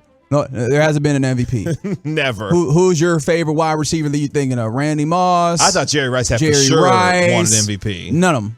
Ain't none of them picked one up. And I imagine some of that's because you look up and you go, wide receiver win an MVP. If they have that much production, the quarterback is probably doing a good amount. Yeah. Do you feel like people feel strong enough about Tua to do that here? Nope. He's been good. He has been good. Absolutely. But Tyreek Hill might be good enough to outshine his quarterback. Maybe. He has 4 touchdown catches of 30-plus yards this year. That's tied for the most through 6 games over the last 15 seasons. He has been on another level. And the Chiefs were like, yeah, we'll move on for him and still win a Super Bowl. And they did. Things we learned from week 6. How did everybody win in that situation? How did that happen? You're right. Everybody did win in that situation. Here's something that you didn't necessarily have to learn, but was reinforced this past weekend. The Giants stink, even without Daniel Jones. Did you see what they did this past weekend? They tried. They tried against the Bills. They tried. They did put up a good effort. I was surprised at the level of effort that, how much effort the Giants had in that game. Because, okay, they got screwed by the referees, not once, but twice. Because that should have been a holding penalty in the end zone. They should have put the ball on the 1-yard line. They should have probably won that game. But the referee's like, nope, ready to go home. And yet and still. The Giants stink. Other things that we learned from week. Is there a particular team that you want to find out what you may have learned from them? What'd you learn from? I'm interested in what they learned from the Ravens playing over the seas. The Baltimore Ravens. To bastardize the saying. Come on. The Baltimore. Okay, the offense has fizzled. Interesting. So the Ravens have just 1 touchdown in the past 7 quarters, and we're 1 of 6 in the red zone. Y'all thought the Cowboys had problems in the red zone. But this is the funny thing. They've had a lot of opportunities as the stars already on the board. These dudes hooping. And, of course, the Phillies scoring more runs. Just all the sports things happening right now. That's right. We're going to keep you up to date what's happening. But this offense has had opportunities to score. Oh, that was a replay. I got drawn offside. You got. Yeah, that's okay. Dang it. That's all right. They'll probably score in about Rigo, change the sign. 0 days since Reggie last got. No, like when it comes there's a get right bingo card, so I'll put that on the bingo card. Okay, fantastic. Right. When it comes to this offense, they've had opportunities to strike. They've just had the oddest things happen to them, and so you mentioned the red zone. That's a team that just, I think Dominic Foxworth mentioned it as they look dominant and find ways to lose, and it's just like, how do those two things coexist? And I don't understand this team, because in some instances it's injuries, some instances it's dudes just refusing to play well. It's amazing, but this team feels like an anomaly because they are a good team. I'm convinced that they're a good team, and yet they find a way to get ugly results. So far, Lamar Jackson inside the red zone is 16 of 23 with 5 touchdowns and 2 interceptions with just a 76.6 quarterback rating. If they find a way to get their act together in the red zone, you're right. I think they're a good football team that has left a lot to be desired, especially inside the red area. But if they get it figured out, watch out for Baltimore. Yeah, that feels like a couple years conversation that we've had. I would agree with that. But those are some things that we learned from Week 6 of the National Football League. As again, a couple of upsets that we saw with the Jets beating the Eagles, the Browns beating the 49ers. It does appear, though, at least for the 49ers, good news on the injury front for them. Christian McCaffrey avoiding serious injury. He could be ready to go as soon as Monday night when they take on the most unserious team in all in the NFL in the Minnesota Vikings. Of course, McCaffrey suffering an oblique rib injury in their loss to the Cleveland Browns on Sunday, underwent an MRI on Monday. Trent Williams with a right ankle, Deebo Samuel with the shoulder. They both also have a chance to play on Monday night against the Minnesota Vikings. So the 49ers avoiding major injury there. It's the Get Right with Reggie KG right here on 105.3 The Fan. Coming up next, we're going to go inside the gray area. Wait, hold on. You got stuff settled? Because we still haven't gotten to this wing thing that we had talked about. Well, we'll touch on that. Okay. And when hooping goes so wrong, somebody decides to hit you with a car. Oh. Next on the Get Right. Welcoming new listeners to our clubhouse with open arms. I don't know what to say. Thanks for listening all day to 105.3 The Fan and through our Odyssey app. Can you feel that? Football season is finally here, and while we cheer on potentially the league's best defense, why don't you cheer on yourself and join the best weight loss program? That's Soda Weight Loss. It's been helping me, Zach Wolchuk, drop over 80 pounds and counting. We're bringing sexy back, baby. The positive feedback I've received from meeting Tolos at our fan events has given me the confidence and motivation to keep on trucking. And it's not just me, but you can check out the over 8,000 5-star reviews, like this one from David. With the help of Soda, it was much easier than I expected. I've dropped 32 pounds, and if I can do it, anyone can. Soda has 7 beautiful DFW locations, or the at-home program offers nutritionist coaching, support, and real help. 100% over the phone. Stop making excuses and change your life like me, my fan teammates, and so many others have done. Visit SOTAweightloss.com. That's SOTAweightloss.com. The Dallas Cowboys and Soda are, say it with me now, state of the art. Hugs and less pounds, everybody. Some days I cover up because of my moderate to severe plaque psoriasis. Now I'm hitting the road with clearer skin thanks to Skyrizi, Risankizumab Riza, a prescription-only 150 milligram injection for adults who are candidates for systemic or phototherapy. With Skyrizi, 3 out of 4 people achieved 90% clearer skin at 4 months. And Skyrizi is just 4 doses a year after 2 starter doses. Don't use if allergic to Skyrizi. Serious allergic reactions and an increased risk of infections or a lower ability to fight them may occur. Before treatment, your doctor should check for infection and tuberculosis. Tell your doctor if you have an infection or symptoms such as fever, sweats, chills, muscle aches, or cough, or if you plan to or recently received a vaccine. Thanks to Skyrizi, there's nothing on my skin, and that means everything. Ask your doctor today about Skyrizi, the #1 dermatologist prescribed biologic in psoriasis, and visit skyrizi.com or call 1-866-SKY-RIZZI to learn more. Nothing turns game day into a great day like stocking up at Specs and cheering on the Cowboys. As a proud partner of the Dallas Cowboys, Specs has everything you need to turn your pregame party into a full-on football feast. With lower prices on a stadium-sized selection of world-class wines, spirits, beers, seltzers, and gourmet foods, Specs is your one-stop shop for all your game day essentials. Cowboy up at Specs. The fun starts here. Having trouble finding that luxury timepiece you've been dreaming about? You might be surprised to find it at Diamonds Direct. Diamonds Direct now invites you to our exclusive luxury watch collection, now stocked with some hard-to-find brand new and certified pre-owned Swiss timepieces. At Diamonds Direct, our buyers have been scouring the country, finding the watches you can't get anywhere else, including a fabulous collection of new and pre-owned models in immaculate condition. From Rolex, Audemars Piguet, Patek Philippe, Richard Mille, and more.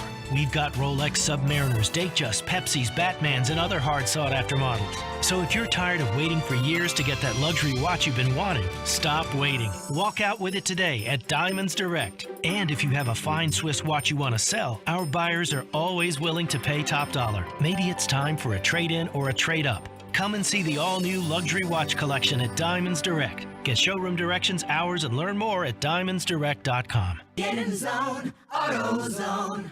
Welcome to AutoZone. What are you working on today? My check engine light's on? That could hurt your gas mileage. The AutoZone free Fix Finder service can help find the fix for free. Get in zone. This whole report for free? That's right, printed and on your phone for free. Get in zone. But what if the fix is too tough?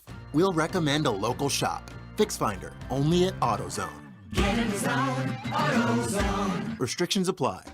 Celebrate your home team with gear from Academy Sports and Outdoors. Shop in store or online at academy.com for officially licensed team gear from Nike, Under Armour, Adidas, and more. Have fun out there. Gridiron Sports Picks has been a trusted leader in sports picks, predictions, and best bets since 1983. We offer our customers the best bets for one fair price. No hype, no hassles, no high-pressure sales. All football picks are released on Thursday before 6 p.m. Eastern. Sign up today and receive a $50 credit. GridironSportsPicks.com.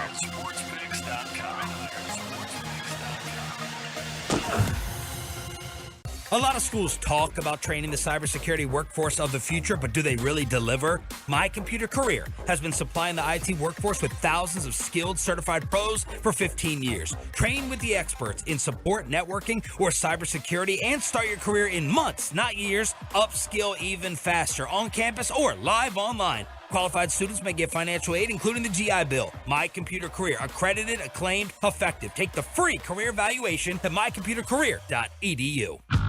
We know you're excited because Cowboys football is back. With the free Odyssey app, you can jump back and listen to the moments that matter, even if you missed it live. Catch Super Bowl winning scout Brian Broaddus on G-Bag Nation, or listen to Jerry Jones' interview with Sean and RJ on 105.3 The Fan. And I hope that our fans would understand that I do know how to keep it stirred up. Stay close to the team wherever you are this season. Download the free Odyssey app today. AUDACY. We are bringing the party to you, Tolos. It's G-Bag Nation's Tour to DFW. 12 stops tomorrow, including 11 Whataburgers throughout North Texas. Grab our 2023 G-Bag one-of-a-kind flag with some quality fellowship. For the Tour to DFW location near you, go to 1053thefan.com/flagtober. We're back to the Get Right on 105.3 The Fan. This segment is brought to you by Classic Chevrolet. Texas, it's Classic Truck Month at Classic Chevrolet. Like you, grit runs deep. They're determined to get you the toughest trucks with the biggest savings. Over 300 new Silverados on the ground. Unprecedented one-time offers. Claim yours before it's gone. This is Texas. This is Classic Chevrolet. Find new roads. About to go inside the gray area where, of course, there is no gray area. Appreciate you joining us on Odyssey and the Odyssey app. Kevin Gray, Reginald Atatula. What up? Rigo Mendoza holding it down for you here. We're live on Twitch at twitch.tv/DallasFanCam and on YouTube as well. Make sure you hit the subscribe button while you are there. Coming up at the top of the hour, we'll have your latest headlines, including this supercharged Charger fan who got her 15 minutes of fame last night, and whether or not she's a real or fake NFL fan. At the top of the hour for you. Who really is a real NFL fan? You know? Think about it. The way that some of these people be painting their faces and whatnot at these games. You ever seen the black fighting hole? down? Woo! Hey, man. Y'all wilding out here, man. Okay. PSA as we go inside the gray area, Rigo. Some of y'all have got to chill at these football games. And I'm not saying that with any kind of high horse or level of self-righteousness. I'm just saying it as a basic human being. Hey, man, it's not that serious. Did you see some of the videos coming from Los Angeles last night with Chargers and Cowboys fans? Come on, man. And I know that represents a very small portion of, fan bases at times, but come on, man. I saw one and I was just like, yo, that's not even like a regular fight. You know what I mean? Like sometimes you get in a fight and it's like everybody knows when it's like, all right, it's over. Chill. Some of y'all just got to relax. It's not that serious. It's not worth going to jail for. I promise you. Because let me tell you where you are heading after that fight in the stadium. Buddy, it's jail time. It's jail time. Speaking of football, did y'all see this story? Yes, I actually did. Hall of Fame wide receiver Terrell Owens apparently was struck by a car following an argument during a pickup basketball game today, per TMZ Sports.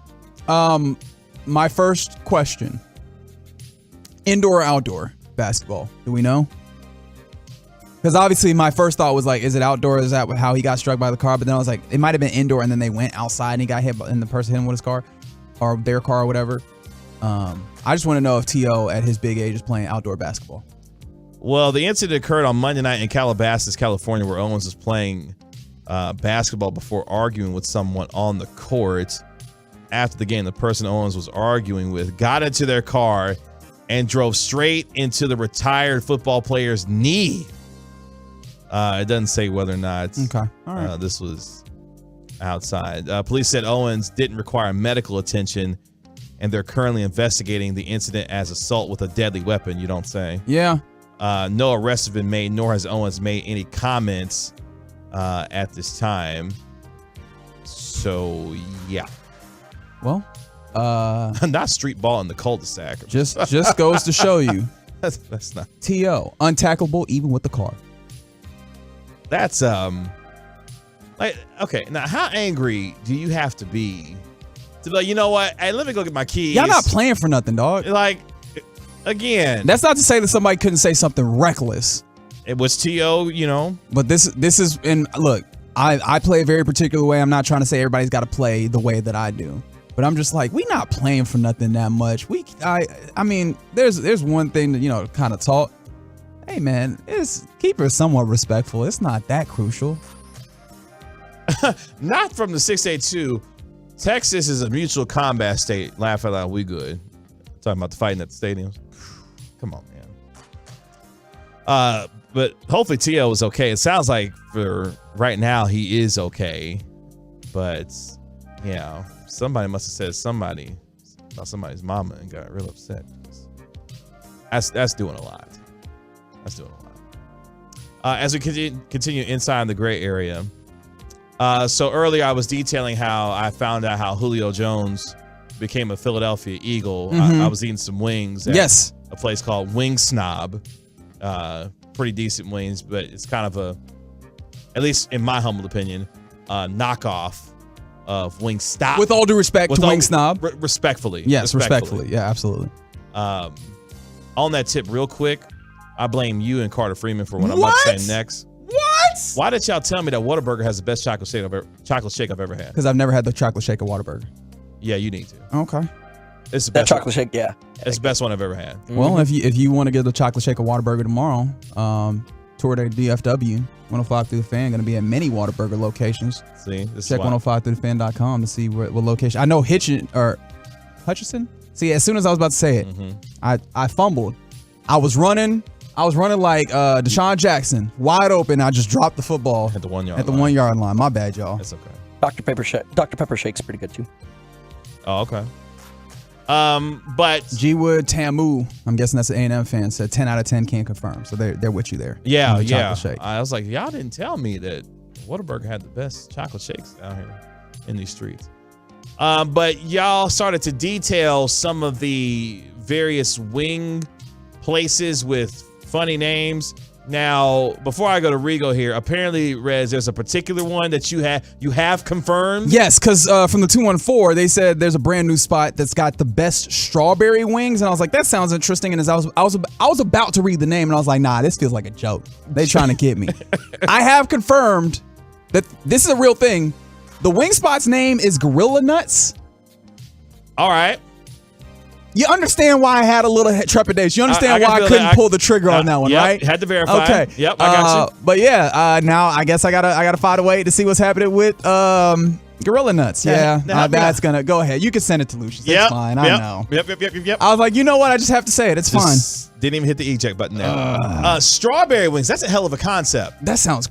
Look, like I'm very intrigued by the idea of strawberry wings. So 214, if you have more information on what that consists of, please throw that in the truckbread.com text line. Oh, we've had some correspondence. I'll have to respond. Okay. Yeah. And Rigo, you have done the due diligence of finding out more weird, more Ayo names. Yeah, names for wing joints apparently. Yeah, I mean, a lot of them aren't like Ayo, but like some of them are actually like pretty funny or interesting. Okay. Dirty Bones. Dirty Bone. I'd eat at a Dirty Bones. 3.9 out of 5 stars. Oh wow. Okay, so maybe it's the wrong type of dirty then. Maybe I shouldn't eat at Dirty Bones. The way that's mark rating that is. too, please. Thank you. That. Well, yeah. Oh, the man. Nodding Donkeys. What? 4.2 out of 5. Wait, what? The Homest? The Nodding Donkeys. Oh, that's like a bar. That's what that sounds like a pub. That sounds like a pub where somebody like me doesn't need to go to. Why? Oh, you know, you're not wrong. I'm gonna just keep it all the way 100. Probably not a place where I need to be hanging out at. Next. Speaking of fighting, sounds like it goes down right there. And they'll use an empty stein on you too. Yeah, that feels like a crash. Yeah, exactly. And now the fight is going. That's right. Slim Chickens. Play on word of Slim Pickens. 4.3 out of 5 stars. All right. I can work with that. Okay. This one's a little personal for me. America's Best Wings. And the reason why I say it's a little personal for me is because I used to work at America's Best Contacts and Eyeglasses. So I don't know. I thought it was a little... So y'all was selling wings out the back? Yeah, that's what I was at. Get America's Best Wings right here. Hey, we got your glasses over here. We got your wings in the back. You can't see that chicken, but it sure is good. Hey, bro. If you get the 8-piece, I can slide you a pair of contacts on the low. Get your free eye exam with a side of 8 right there. 8-piece. 8 lemon pepper. That's right. That's a hell of a concept. A glasses shop and a chicken joint together. That's kind of a dope concept if you kind of put that together. Reminds me of the Jones barbecue and foot massage meme from a few years ago. Barbecue and foot massage. Come on down, get some of this bleep. Exactly. I love that so much. Never fails to make me crack up.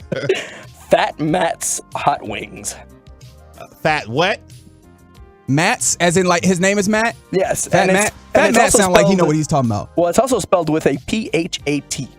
So Fat Matt's Hot Wings. I don't know. I almost feel like I'd be happier if it was a F-A-T Matt. Like Fat Matt. That does sound a little cooler, but I don't know. I got you. All right. It has 4.2 out of 5. We'll let it work. Okay. Sounds like it's handling business. All right. Good job, Fat Matt. And then we got 2 more here. What's Cluckin'? 4.3 out of 5 stars. That's real cutesy. All right, I can go with it. I feel like they got a grass wall in there. You know them spots that got the grass wall with the neon sign? I feel like that's what's happening at West Cluckin'. They sound like a place that got somebody dressed up in a chicken uniform. Oh yeah, which I feel bad. I'd be like, I'm sorry they got you dressed up like this, but can I get lemon pepper wet, please? They got the dude spinning the sign outside. That's right. Oh wow, you know what happened to that? I feel like that's a lost art. Where are the sign spinners? We just lost haven't gone those. away. We still got sign spinners out here? I've seen a few. Yeah, I've seen a few here and there. Yeah, Look, man, some of them folks doing art. Especially living in the Grove. Yeah, you see a few here and there. Especially in this Texas heat during the summer. Shout out to y'all. And then the last one, this was a little bit personal. It's Just Wings. And again, the only reason why I threw it in there is, aside from it being a like kind of chainish spot, it's out in Huntsville. But it's just the name. It's Just Wings. I mean, duh. It's just wings. That could go one of two ways. Okay. Like, it's just wings. Like, oh, this is what y'all do. And then someone else could look at it and say, it's just wings. Like, oh, all they got is wings. They got nothing else. Like, I get it, though. I'll let it live. Yeah, I mean, I hope there's some fries in there. Maybe some rolls. Yeah. You know? They always had fries in there. I used to Uber Eats them all the time. Okay, so real quick then, what's the best side with a chicken wing? More chicken wings. All right, Reg. No, I'm like you think I'm joking. Right. Veggie sticks. Legitimately for me, I could just like as a meal. Wings would be just give me 15 pieces and we'll be good. Okay. And that's you understand that's a crazy amount of wings. Yeah, you're doing a lot there. I feel bad about myself when I do it, but I be doing it though. You said veggie sticks? Yeah, veggie sticks with a little bit of ranch, and then you just kind of dip it in. Just waste All space. All right. What are you trying to make yourself feel better? You eating fried foods, just deal with it. That one little thing of celery ain't helping nothing. And carrots, good for the eyes. Way to bring it full circle. That does not have enough Very carotene. Good. Very nice. It doesn't have enough carotene to actually do what you're trying to do. Good job, Rico. Good job. Yeah, just go to America's Best to grab you the your free eye exam and your 8-piece of lemon pepper. Grab wet. you the spicy sight special. You know what I mean? For the 682, it's just wings. It's part of Chili's. If you don't Oh know. yeah, that's Chili's, that's one of these. What do they okay. call? I forget the name, but like these kind of like almost like ghost kitchens. I don't remember what the right word is. Especially you saw it popping up during the pandemic where they were using these, an actual kitchen, but then they would have it on like these apps, delivery, whatever. Okay. Where they do it that way. Yeah, that's. Okay. 214 saying the same thing under a different name, but same parent company. Yeah. Okay. I got it. Okay, so interesting. All right. From the 214, fries is their choice of side for their chicken wings. Mashed potato. What? That's inside the gray area here on the Get Right with Reggie KG. Coming up next, we get your headlines on this Tuesday night. This supercharged Charger fan, is she a plant or a real fan? Next on the Get Right. Wing it. Take your Turn It On, Leave It On fan experience everywhere you go with our Odyssey app. Proudly presented by Comerica. At Grainger, we're for the ones who...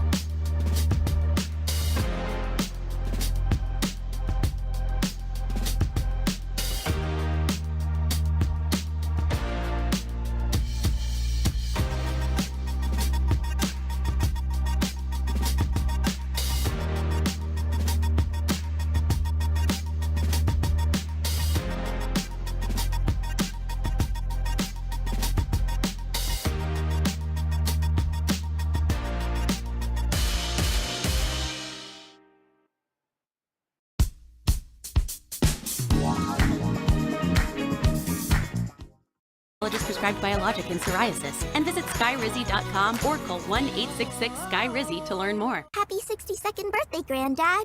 Thanks, sweetheart. I got you this. A mug.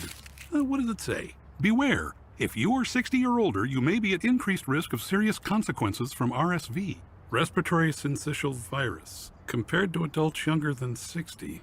Not all dangers come with warning labels. Talk to your pharmacist or doctor about getting vaccinated against RSV today. RSV vaccines, including Pfizer's, are available. Learn more at bewareofrsv.com. Brought to you by Pfizer. Imagine moving into your new home before selling your old home. For top dollar, you can with Orchard. Here's one couple's story. Moving to Texas for work, they needed to sell their old home first, move, rent an apartment, then move into their new home. Total nightmare. But with Orchard's Move First program, they could sell their old home after moving into their new home. Buy your next home before you sell. Get a free no obligation cash offer from Orchard.com. That's Orchard.com. This is the exclusive home of Dallas Cowboys football. KRLD FM and HD1, Dallas, Fort Worth. Let's go, Cowboys. Always live on the free Odyssey app. From our fan studios secured by DFWsecurity.com, it's time for the Get Right on 105.3 The Fan. Final hour of the Get Right with Reggie KG on 105.3 The Fan. Kevin Gray, Reginald Atatula. Shout out to Marls and John Boy. Rico Mendoza holding it down for you here on your Turn It On, Leave It On station. Appreciate you joining us on Odyssey and the Odyssey app, the TruckRate.com text line 877-881-1053. Going to get you caught up on the latest headlines on this Tuesday night here on your home with the Cowboys and Texas Rangers, as the Rangers have the day off before they get back on the diamond tomorrow. First pitch at 7 o'clock at Globe Life Field. Max Scherzer going to be on the mound for the good guys as the Rangers look to take a commanding 3-0 lead in their best-of-7 series in the American League Championship Series. At Kevin Gray Sports, at Reg Atatula, if you want to get at us on Twitter. As we jump into your headlines, Rigo, check your messages for me, because there's an ass-whooping happening in Philadelphia right now as the game between the Philadelphia Phillies and the Diamondbacks has been well out of hand for quite some time. That's because, Rigo, if you're ready for it, Kyle Schwarber has been putting on an absolute show in the city of brotherly love tonight. Schwarber, a high drive into right center. He's watching. It's flying. Goodbye. Schwarber strikes again.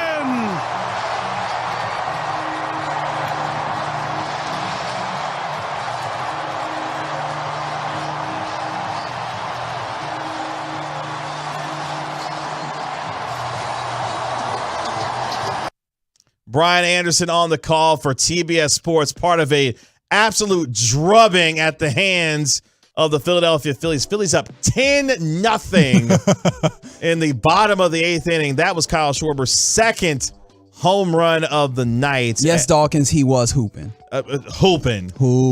As the Philadelphia Phillies look to take a 2-0 series lead against the Arizona Diamondbacks. Just to give you an idea on the beatdown that the Phillies have put on the Diamondbacks tonight, Trey Turner has a home run in this game. Kyle Schwarber has the 2 home runs in the 3rd and the 6th. JT Realmuto's been fantastic tonight. He's got a double and a single that's knocked in. What? He's got 4 RBIs tonight. Yeah, he's been on one. So it's been, in fact, here is JT. 3 RBI, JT Realmuto. Got 3 RBI. Here is part of his night so far. So on the ground, a hot one through, base hit. Alec Boehm will be sent home. He will score, and JT Realmuto. Yeah, he's 2 of 4 tonight, as Reg mentioned, with the 3 RBI for the Philadelphia Phillies.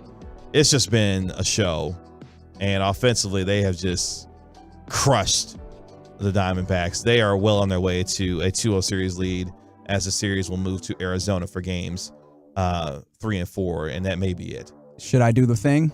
Oh. Do the Phillies scare you at all?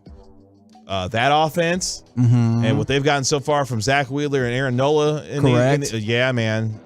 That's a devastating 1-2 punch at the top of that rotation for them. And if this offense, I mean, they remind you in a lot of ways of what the Rangers have done throughout the entire season, but the Phillies have just taken it to another level in the postseason. Nick Castellanos has been spectacular, this postseason as well. Which means something bad's happening somewhere.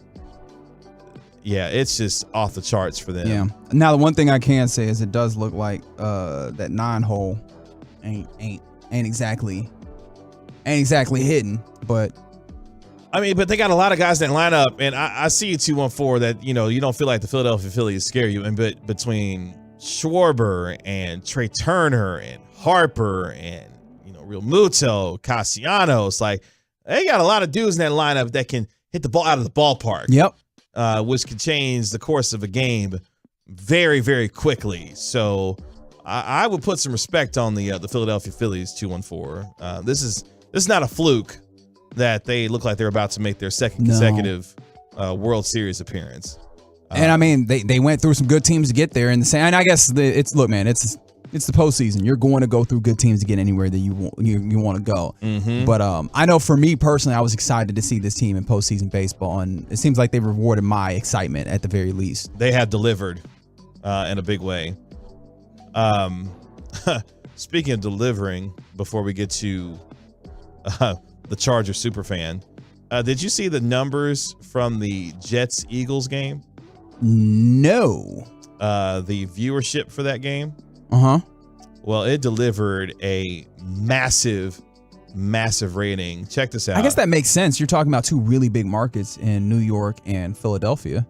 26.09 million people watched the Jets win over the Eagles. That makes Fox's telecast of that Jets win over the Eagles the most watched television show since Super Bowl 57. Well, the Jets and the Eagles out here pulling that kind of a number. But like you said, the two markets are big, and if they're playing a competitive football game, that kind of makes sense to me. Because that's also a game of national interest on top. But that is a massive number for the Jets and the Eagles. So shout out to the Jets for handling business, taking out Philadelphia. By the way, do you know who leads the NFC in interceptions right now? Thrown or? Mm-hmm.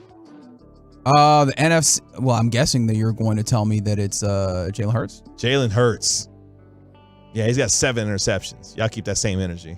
Okay. Uh-oh. KG getting spicy. I'm just saying, y'all keep that same energy when you're talking about, who's leading the NFC in interceptions. But as we stick with the NFL, apparently there's a conspiracy theory going around about this supercharged Charger fan who went viral last night. Yeah, man, if you were watching the broadcast on Monday Night Football, you absolutely saw multiple states of excitement or despair for one particular Chargers fan that, look, man, it seemed like a kind of a fateful situation where the TV director went over to a shot of this one Charger fan getting excited for a potential red zone play for the Chargers. And she looked like she was losing it. She looked like she might not be in the right space mentally. She looked like she needed to do some breathing exercises. And people immediately found that to be exciting. Me also, because my perspective was, please don't invest that much in the Chargers because that's not going to end well for you. Like, that's just not good for your spirit. And ultimately, it did not end well for her as we saw her in almost full surrender Cobra by the time that it was over. But the internet took to it to begin with. And then also, there were some folks that felt like, hey, that face looks familiar. And seems like people drummed up a photo of her in a Vikings jersey, which made people wonder, could this be a plant? Because we are very conspiracy brained as a society. I believe we have some audio to this end. We do. The young lady who was on the Pat McAfee show describing her experience as a Chargers fan. So, Marianne, there's some skeptical people out there, a couple in the studio. I won't name names. Darius Butler, Anthony DeGilio. Hi, guys. Yeah. Over there. Hi, Marianne. So, Marianne, were you offended by when people like this said, hey, she's a plant, she's working for the NFL, she's a robot, she's an alien, this can't be real, no one's that passionate? You know what? I wish I was getting paid I wish I could make myself, AI and as beautiful as I want, but at the end of the day, this is me, guys. This is me. Crazy Mama 4, crazy Chargers fan, crazy freaking football fan, and it is what it is. I'm not. What do you like at your kids' games? Do your kids play sports? What do you cheer like that? Oh gosh, if you ever get in touch, so all the moms are texting me. They're like, "Why are people saying you're fake? Because this is how you're at flag football. This is how you are when you're at soccer. This is the basketball finals. This is you." And I'm like, "Yeah, I guess my poor kids have to deal with this every day." But now, it's crazy. It's overwhelming that the whole world thinks this is so different because this is my kids have had to deal with this all their lives. Marianne, this is awesome. Yeah. It's so awesome that people think it's fake. That's what the world is that we're in. So we appreciate you joining us and explaining all this stuff. Yes, the young lady's name is Marianne Doe. Which, when she said that she's a mom, I was like, oh yeah, I've seen this parent. I don't know why it did not hit that context for me, but yeah, I've seen this parent before. That makes sense. But again, still, stop investing in the Chargers. That's not good for you. I'm just astounded that a pro sports franchise finds as many creative ways to lose football games the way that the Chargers do on a consistent basis. This is not a once every, few times out. It feels like every time the Chargers find themselves on a football field, they find yet another creative way to lose. That's right. It kind of is incredible. And you know what was another thing that was a point of interest for me? We got to a point where the Chargers got the football, no timeouts, length of the field to go, 2:19 left in the football game. And I was like, oh, this feels like just a little bit more time. However, this is the patented Phillip Rivers situation. If there's just less time and if maybe, the Cowboys do better at clock management and actually drain off clock on the possession prior, which look, we don't have to go back down that path again. But I was just like, we saw Phillip Rivers in that situation so much, and I almost felt bad for Justin Herbert again, where it's like, no matter what it is, the Chargers are going to find themselves. No, I don't know how the game goes, up, down, or whatever. They will find themselves down one score. That's right. Having to go the entirety of the field with no timeouts and a small amount of time to go. I don't know why it happens. I don't know how it happens. Witchcraft, whatever. But the Chargers will always find themselves there, and it basically happened again last night. Yes, it did. But at least she's getting her 15 minutes of fame. It did feel a little, because they start, once ESPN found her, and then she started, obviously, all the range of emotion that she was showing. But it was evident that she didn't see that she was on TV. No, of course not. That was just her being her, which honestly made it more concerning for me, because I was like, ma'am, you're doing a lot, and I feel like you should calm down. Breathe, please. Out of concern. I wasn't like, you doing too much. I was like, ma'am, I don't know if that's good for you. I think she was gritting her teeth in the first shot. I was like, ma'am, unclench your jaw, please. Very, very intense. Don't do that. The Chargers don't deserve that. They could probably use someone like her to show them. Yeah, look, I guess that is fair. The Chargers, and maybe that's why it was so stark as well. It's like, wait, Chargers have fans that do this? Since when? Where? Right.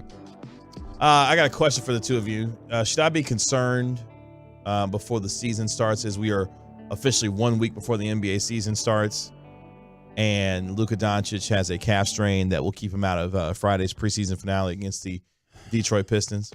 Yes and no. Knowing that he's going to play. Luka Doncic will just continue to play. He seems to have that mindset to him where he's like, I'm just going to play. Well, he didn't practice again today. But yes, that is the yes, is that this is going to be a nagging injury, because this very much feels like an injury that only gets better with rest. And when's he going to do that? Especially with the new rest rules, right? When's he going to do that? And so this is going to be something that nags with him, or that stays with him for a while. And look, I'm at the very least, one of the things I'm concerned about is Luka Doncic. One of the things you're asking of him is you want him to give more effort on the defensive end. It's easy to find reasons to not do that if you have a legitimate injury that you are harboring. I just find it I'm a little more concerned than probably what I want to be, because he's already got the thigh injury that he's dealing with. That's going to be something that he has to deal with all season long. And now you throw in a calf injury on top of that. we're not even before the season. We're not even to the season, and here we are talking about injuries for Luka Doncic. So, yeah. Yep. Apparently, Jaden Hardy hurt his ankle today in practice, and Josh Green hurt his back yesterday, but Green did practice today. But Jaden Hardy dealing with an ankle injury right now as well.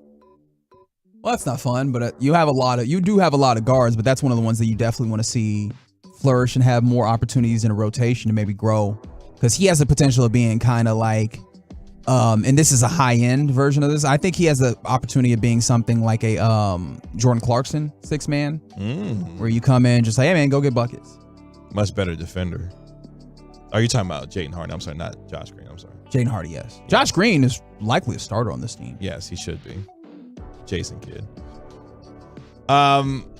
Real quick before we end our headlines here, kind of a weird trade that happened today. So in the NBA, the Houston Rockets traded Kevin Porter Jr. and 2 future second-round picks to the Oklahoma City Thunder. The Thunder will be immediately waiving Porter, sources tell ESPN's Adrian Wojnarowski. Now, here's the deal.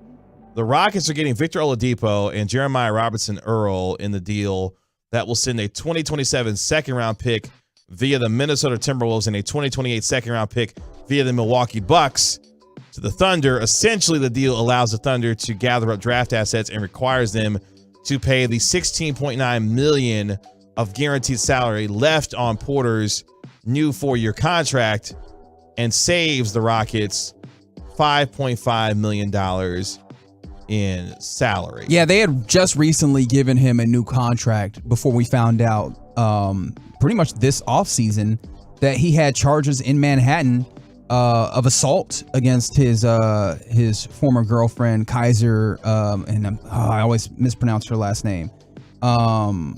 Gondrezic, I believe. And Gondrezic, yeah. And one of those assault charges was dropped yesterday, but still, like, he has these fairly heinous charges of an alleged attack on Kaiser on September 11th. And so, like, these are things where people saw this and was like, yo, there's no way that anybody should get near him, especially once the Rockets made it clear that they didn't want him in their organization. But then you look up and you go, that's a lot of money that you tied up in him. And they thought, well, let's see if we can trade him. And people immediately kind of guffawed at that. And I thought understandably so. I was just like, look, man, we can't.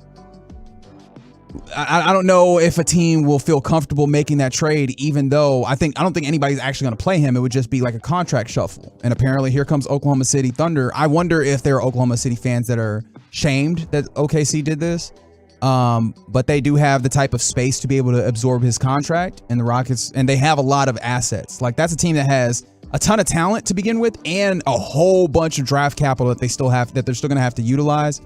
And so these are the types of things that they have an ability to do. But obviously the sports side of it pales in comparison to like the real life side of it. And I am interested in seeing how people react to the idea that the sports side of it popped up even when there's such a heinous human side of it that still exists. Now, Porter still faces charges of second-degree strangulation and third-degree assault, to which he has pleaded not guilty. Now, his ex-girlfriend on Tuesday told the New York Post that Porter, quote, didn't hit me, saying allegations that he beat her were not true. And that gets into a tough situation because when it comes to domestic violence and domestic abuse, you know, testimony can get really fraught, to put it lightly. Mm-hmm. And so these are places where you have to be very delicate, but there's evidence of a lot of injury that we have to take very seriously here. And it seems like the Rockets wanted to, but then they also were considered about their salary cap roll. Lastly, this is just for Reg and Reg only. Oh. Shout out to Theo Pinson. Okay. Theo Pinson is back with the Mavericks. Kind of. Via trade today, the Texas Legends with the Maine Celtics. It's a travesty. They used to be the Maine Red Claws. Oh, really? Because, they got the lobsters. Oh, yeah, so, that makes sense. Okay. And, of course, the G League has decided they're going to take all the fun out of this and make sure that all the teams' names, or a lot of the teams' names, they're line affiliated up. with. Yeah. Oh, okay. That's how we got here. But, yes. Today I learned. I didn't realize that they were trades in the G League. It seems very obvious, and yet I still didn't. And yes, I understand 972 that the Thunder are going to release him. There was no team that was actually going to play him. This was always going to be a situation where you did some level of finagling of a salary cap situation. Even with him not ultimately going to be on the team, I am interested in seeing if people take any issue with even acquiring his contract. Anyways, yeah. Theo Pinson. Back with the Texas Legends. Back in the area. Okay. Shout out to the Texas Legends, but the vibes are back. Are they from Frisco, all the way from Frisco? Might as well be. You sure? Mm-hmm. Okay. Is this a you can always go home situation? Is that what we're doing? Apparently, or at least to the G League anyway. Those are your headlines here on the Get Right. Reggie KG on 105 through the Fans. Official. It's 10-0 Phillies over the Arizona Diamondbacks. They take a 2-0 series lead as the series moves to Arizona for games 3 and 4, which may be needed in the National League Championship Series. Coming up next here on the Get Right, what we learned from a wild weekend of college football, including how to blow a 29-0 lead, Dion. Next on the Get Right. Can you play the damn position? We have you covered, Stars fans, with exclusive content from two-time Stanley Cup champion Greg Ludwig.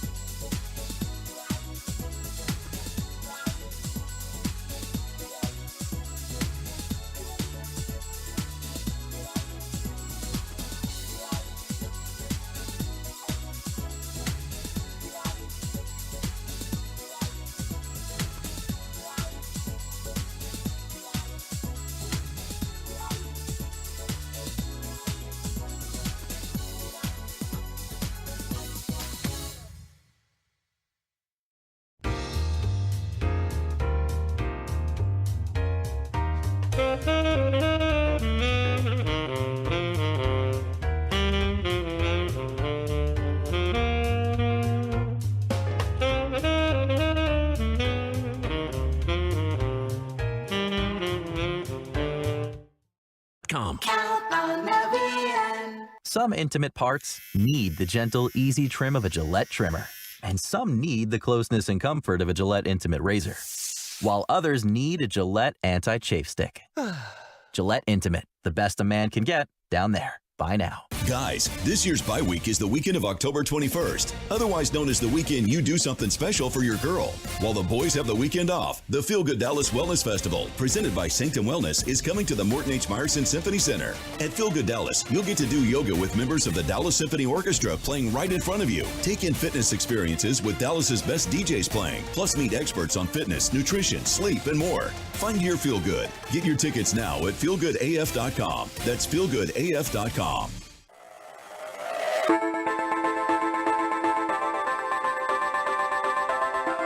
What we learned from this weekend in college football is to get right with Reg and KG right here on 105.3 The Fan. Kevin Gray, Reginald Atatula. What up? Rigo Mendoza holding it down for you here. Really appreciate you joining us on Odyssey and the Odyssey app, DetroitRed.com. Queen to be.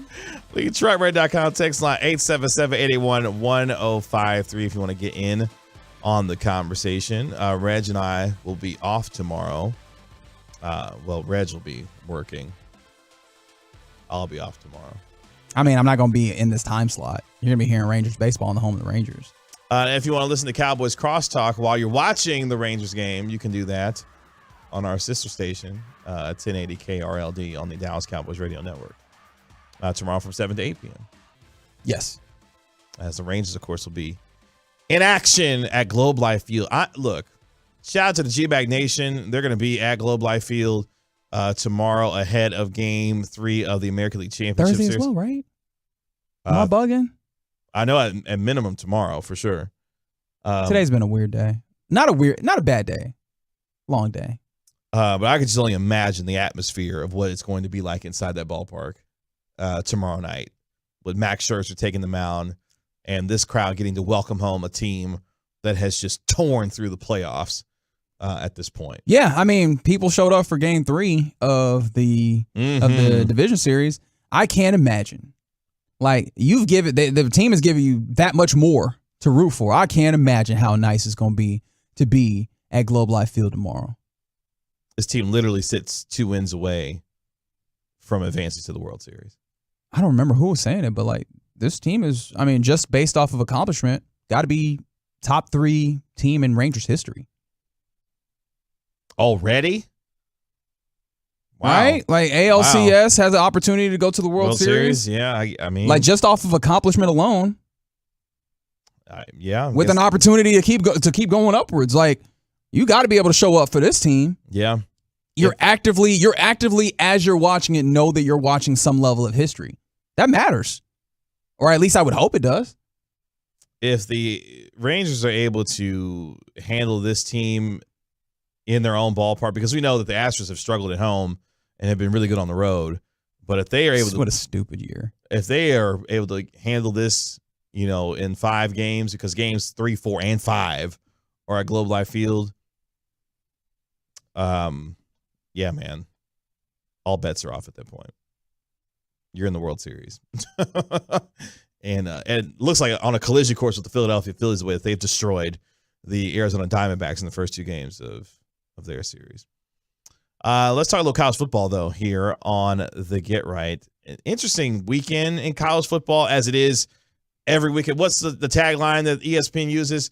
The greatest story ever played. I actually kind of like it. I literally never. You never heard that? I don't know if I might have heard it, but I have not committed it to memory. Yeah, the greatest story ever played. I kind of like it. All right. Some takeaways from this past weekend. Hey, man, I was really chilling on, what was this, Friday night? This was Friday night. Oh, you got roped into Colorado Stanford? Well, it was 29-0. Yes, it was. And you're thinking, all right, cool.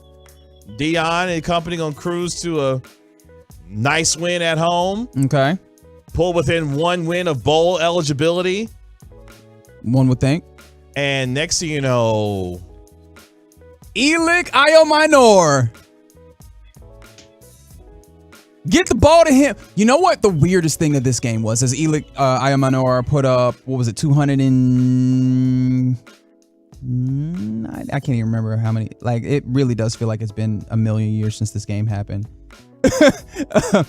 But as I try and find the box score, which it's eluding me. Back. It is eluding me. But he put up 290 some yards, did he not?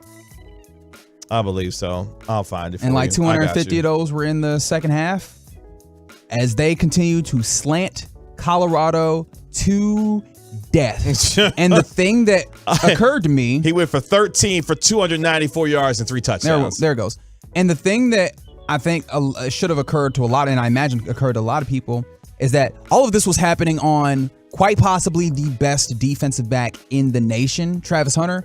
But he's coming off of an injury, and I think this... A lacerated liver. Yes, that particular injury. Yes. And I think it occurred to a lot of folks, like, look, man, why is he still playing both ways? Because he played both ways the entirety of this game. I think one of the things that I found interesting watching this game was, like, as you got to the fourth quarter and overtime, those two guys, because obviously Elik Ayominor, if you get 294 yards, understand, you're tired, right? You done ran a lot. They were both like, as they're going to the ground, they're both like leaning on each other to get it back up and walking back to line because they're both tired. It looked like two pro wrestlers in the middle of like a slobber knocker. Exactly. Helping each other up. Like, it's just like, you can't have Travis Hunter. Like, I think the idea of Travis Hunter playing 157 snaps is just, it's tough, particularly coming back off of injuries. They're going to have to choose at some point for him, one side or the other. And even if they don't, like, you got to have more situational awareness there. And I understand maybe you don't have the depth. And this is where it happens when it comes to like teams that are trying to play against elite level talent or like that are not elite level, but you know, where it shows up is depth, right? We always see this when FBS programs are playing FCS programs in like the first 3 weeks, and you see a team that has no business being in a game at halftime. And I'm like, guys, don't worry about it. Because what happens is you'll see if that team is capable of withstanding the long run, of the game against a team that has the kind of depth and talent all the way across and all the way down the roster. And I think that's the thing that's evident about Colorado. They have they got the talent at the top end. They don't have the beef in the trenches, and that showed up as Shedeur Sanders took, I think, another 7 sacks in this game, and he still threw for 400 yards and 5 touchdowns. And then when you have Travis Hunter there, and it's like, look, man, we need this guy on offense, who had an incredible offensive game, mind you. I think he had 100 and something yards, maybe 112, something in that range. It just means that you're leaning on certain individuals a little too much. Bro, he went for 13 catches for $140. Oh wow, I shorted him about 30 touchdowns. yards. My bad, dog. Didn't mean to do it to you. But that's what I'm saying. Like, they're gonna have to choose. I think they're gonna have to choose one way or the other for him because he's an incredible athlete, obviously, but the productivity is going to wane on one side or the other if he continues to keep up and play the amount of snaps that he did. I mean, Xavier Weaver went for 7 for 124 and 2 touchdowns himself. I mean, they put up insane numbers, but defensively, they just didn't have it. So, I mean, obviously we could talk more about the X's and O's of it, but ultimately this is a team that is now, 4-3? And they really, the reason why I bring that game up in particular, because you look at Colorado's schedule, that may have been their best chance of getting bowl eligible. I know that they still have Arizona, but these Arizona schools are a little bit better. Well, here's how they finished their season. Okay. At UCLA. Yeah. At home versus Oregon State. Mm-hmm. At home versus Arizona. And then on the road against Washington State and Utah. I see maybe another win. Maybe one win in there. And that's Arizona. And Arizona has looked pretty good. Maybe they catch UCLA next in 2 weeks. And it's 25th ranked UCLA to you. This is the thing that I think is more interesting than all of those things, because this is still, they already hit the over on their win total. Mm-hmm. Like, this is still a overall win in year 1 of this program. I think the thing that's more interesting, talking about the record at all, I don't think is the right way to go, because they have 1, 2, 3, 4 games, 5 games that were 1-score games. This team is so much close, is in my estimation as close to being 1-6 as they are to being 6-1. And so the record, I don't think, says as much. I think if we're evaluating this team, we have to do it more with the way that the play style has been, and looking at those things outside of just going, hey, this is the record and that means that they're good or that they are not? They'll be much better as time goes on, because you're right about the competitive standpoint. It could be one way or the other. Speaking of competitive, Washington, Oregon, which was the game of the weekend. Maybe the game of the year to this point, and maybe the game of the year period. Like, this has been every game of the week thus far has lived up to the hype this year. This has been a really fun college football year. So if you are somewhat inclined to college football and maybe you've abstained in certain ways, tap in. But this was a great styles make fights type game, and it delivered in every single way, including coming down to the very last moment in which Oregon had a field goal to tie it and maybe go to overtime, and it just barely missed. Well, it looks like Washington's for real. And you look at what they did against Oregon. Michael Penix Jr. began the game just 104 for 2 yards, then went 10-12 for $167 and 2 touchdowns. When the Huskies took the lead at 22-15. I mean, yeah, man, this offense had the opportunity at quick strike, and you saw them do it a decent amount, but Oregon made it tough on them. They made them have to grind down the field, matriculate, as some people say, in ways that Washington doesn't typically want to, right? With their 3 high-level wide receivers, although one of those guys was not able to go due to an injury. Oregon is that kind of matriculate down the field offense, and they were able to do that sufficiently enough to make this a really close game. And this is where you see, like, hey man, the Pac-12's got a lot, including a Dan Lanning Oregon team that is not the Oregon it's not your older brother's Oregon. This is not the Oregon wearing the all the Nike stuff and with a whole bunch of fast guys. They got the beef. They got big dudes that are willing to beat you up. He's building them like an SEC team. Yeah. Which would make a lot of sense, obviously, from where Dan Lanning came from. Georgia. At Georgia. Yeah. But no, Washington is for real. USC. Well, this is the funny thing, right? Because what has been USC's issue? And mind you, when he says it's because USC lost to Notre Dame 48-20. By 28. I didn't see a 4-touchdown beatdown. Now, if I had told you the score of this game was going to be 48-20 in favor of Notre Dame against USC before the game, what would you have told me would have been the reason why USC loses the game? USC's defense is just That's that bad. right. This is probably the best performance that the USC defense gave you, and Caleb Williams threw 3 interceptions. Yep. That's what this game was. And that's kind of incredible. And maybe it might speak to the ways that USC is leaning so heavily, maybe you could say too heavily, on the play of Caleb Williams. And not having enough good line play,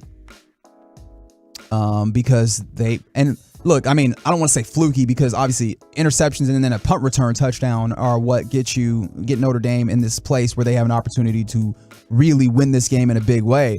But USC, it felt like they're 6-1, but that 6-0 prior was very evident if you were watching those football games that this was a gettable team that was not as solid as the likes of Oregon or Washington. Because their defense is just so poor. I mean, everything that could have gone right for Notre Dame went right. You talk about, the 3 interceptions that they had, the kickoff return from Jadarian Price for 99 yards. Like, everything for Marcus Freeman's squad went perfectly for them in that game.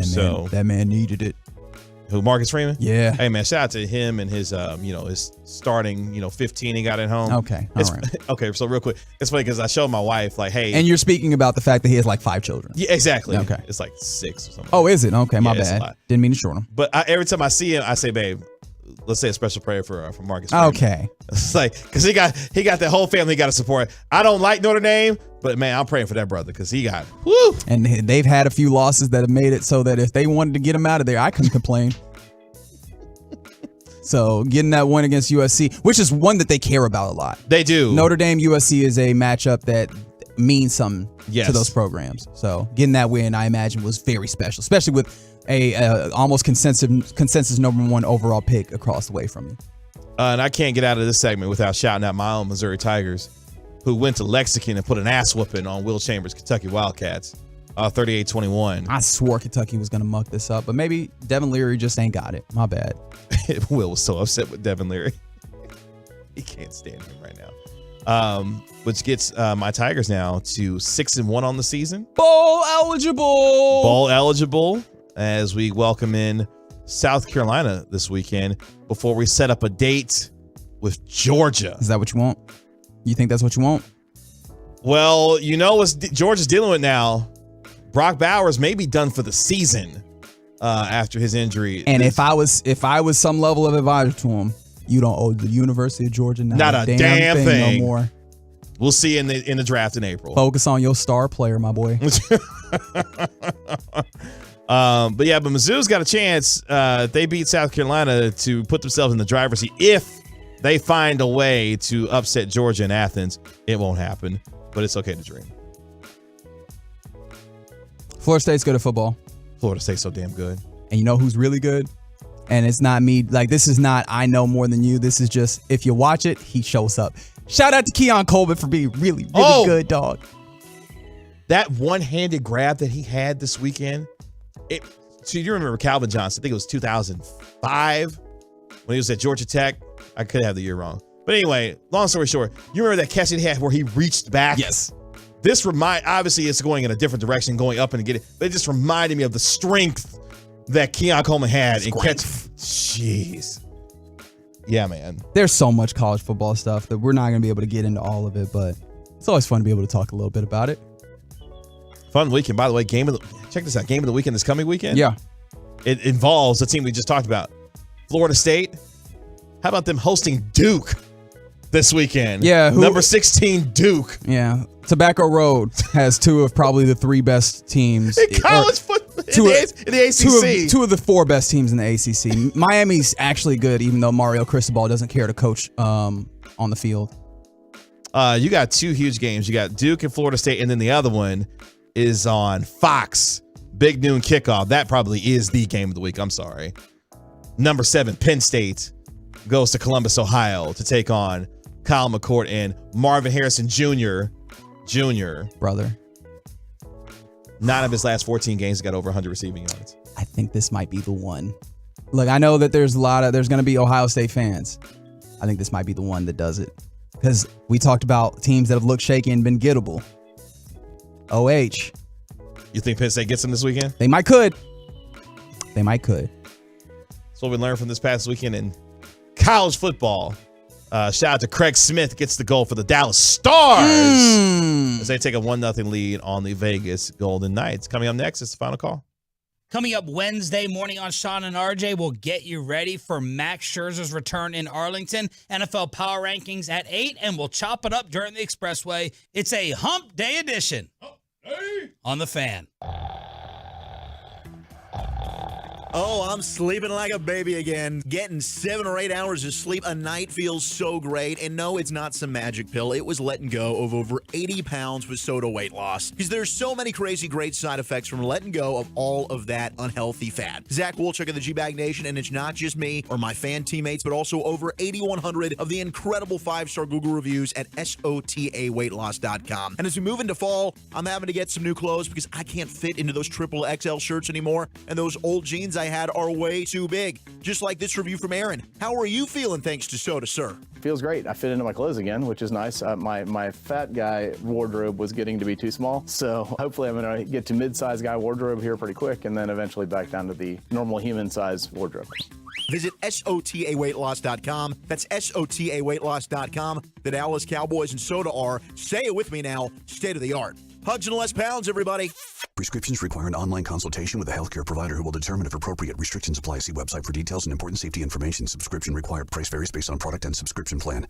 Hey guys, did you know there's a generic form of Viagra that works just the same, but is 95% cheaper? And you can get it online? Just go to hims.com/joy. Through Hims, you'll get a free medical consultation, discreet shipping if prescribed, a 100% online process, and trusted generic alternatives to the name brands at up to 95% off. That's right, get generic for Viagra, the same active ingredient as brand name Viagra, but for 95% less. It's the same medication, still prescribed by a licensed medical provider, but with zero copay, no expensive appointments, and no awkward face-to-face conversations. To start your free online visit, you need to go to this exclusive address, hims.com/joy. That's hims.com/joy for your free online visit. HIMS.com/JOY. This is Sean Shreve here with Jeff Jr., owner of Trajan Wealth, talking about 401ks. I've always heard that 401ks were great, but you're telling me something different? Well, 401ks are great when you're employed there. However, if you're no longer employed,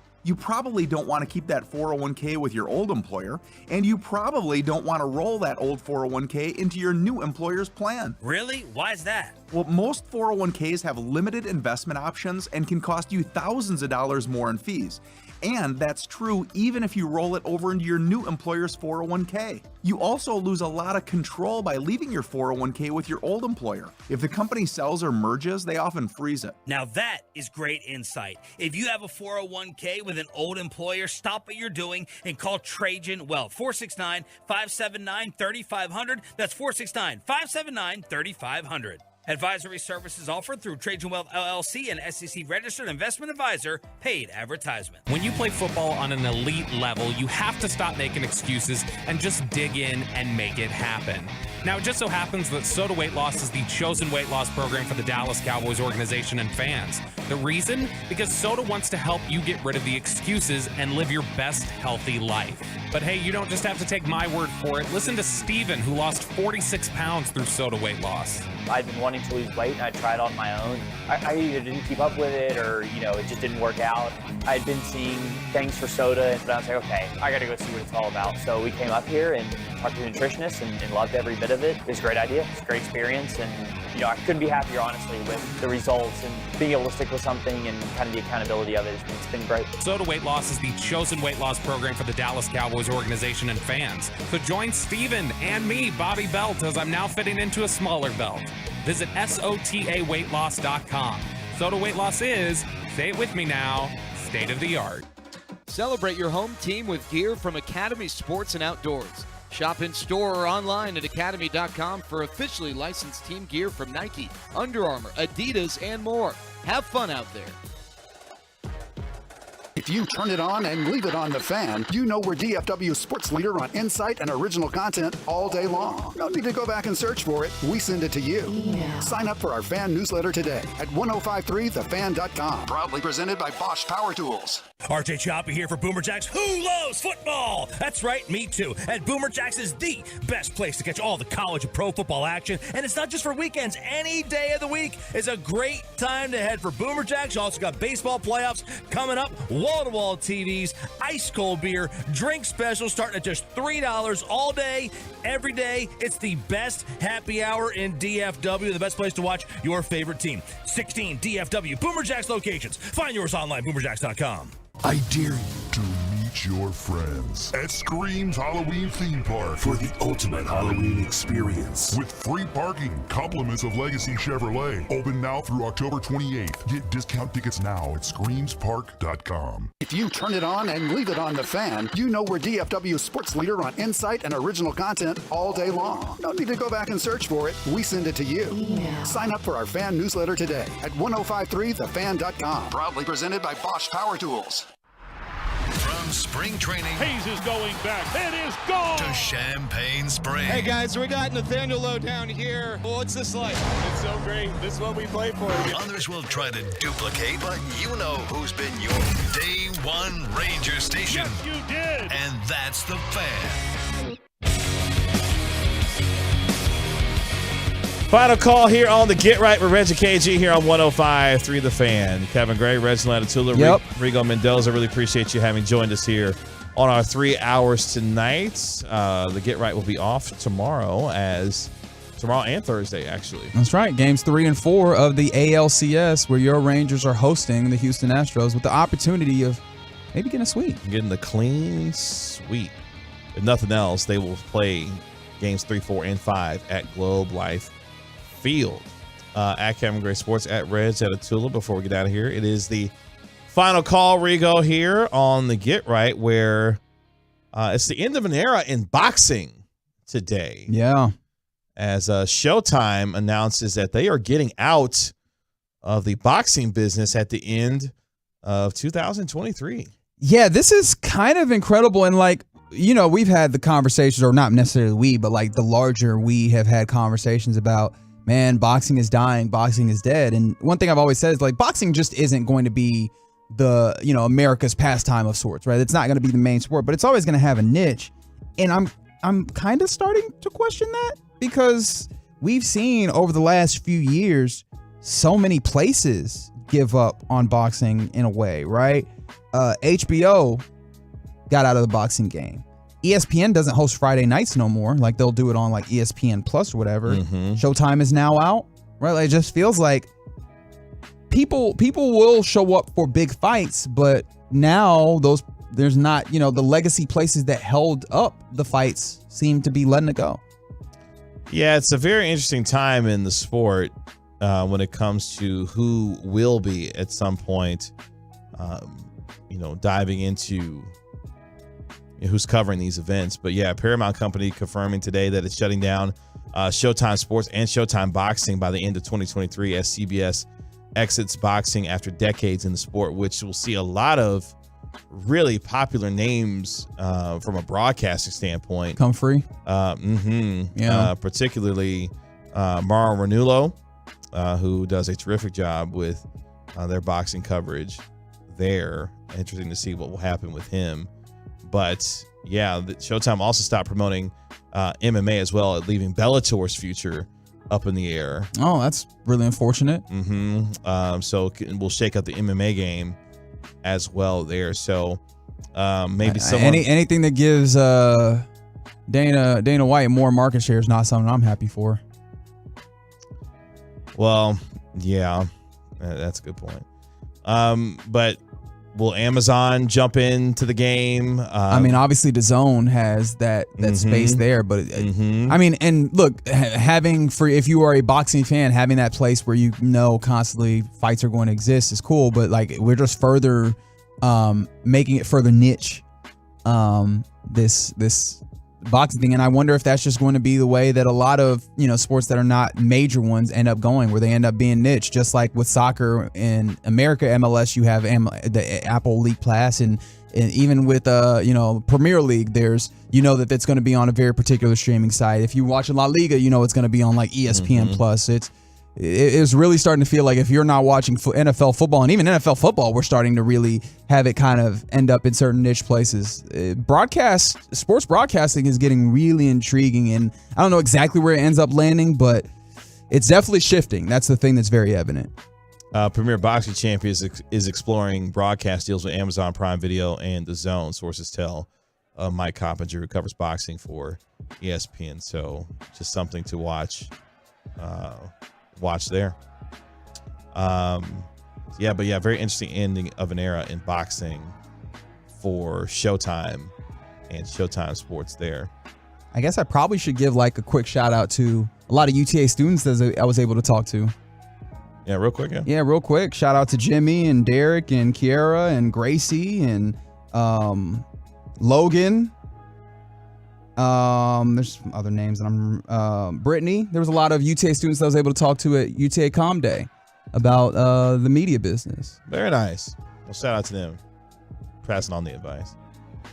For Regal Mendoza, my partner, Reginald Atatula, my name is Kevin Gray. This has been The Get Right with Reggie KG on 105.3 The Fan. Tune in tomorrow to Sean and RJ beginning at 5:30 a.m. as they get you ready for Game 3 of the American League Championship Series between the Rangers and the Astros. We'll talk to you later. Y'all be good. Be easy. If you get the 8-piece, I can slide you a pair of contacts on the low. Get your free eye exam with a side of 8 right there. 8-piece. 8 lemon pepper. That's right. Text away your thoughts to the guys right now on the truckwreck.com fan text line at 877.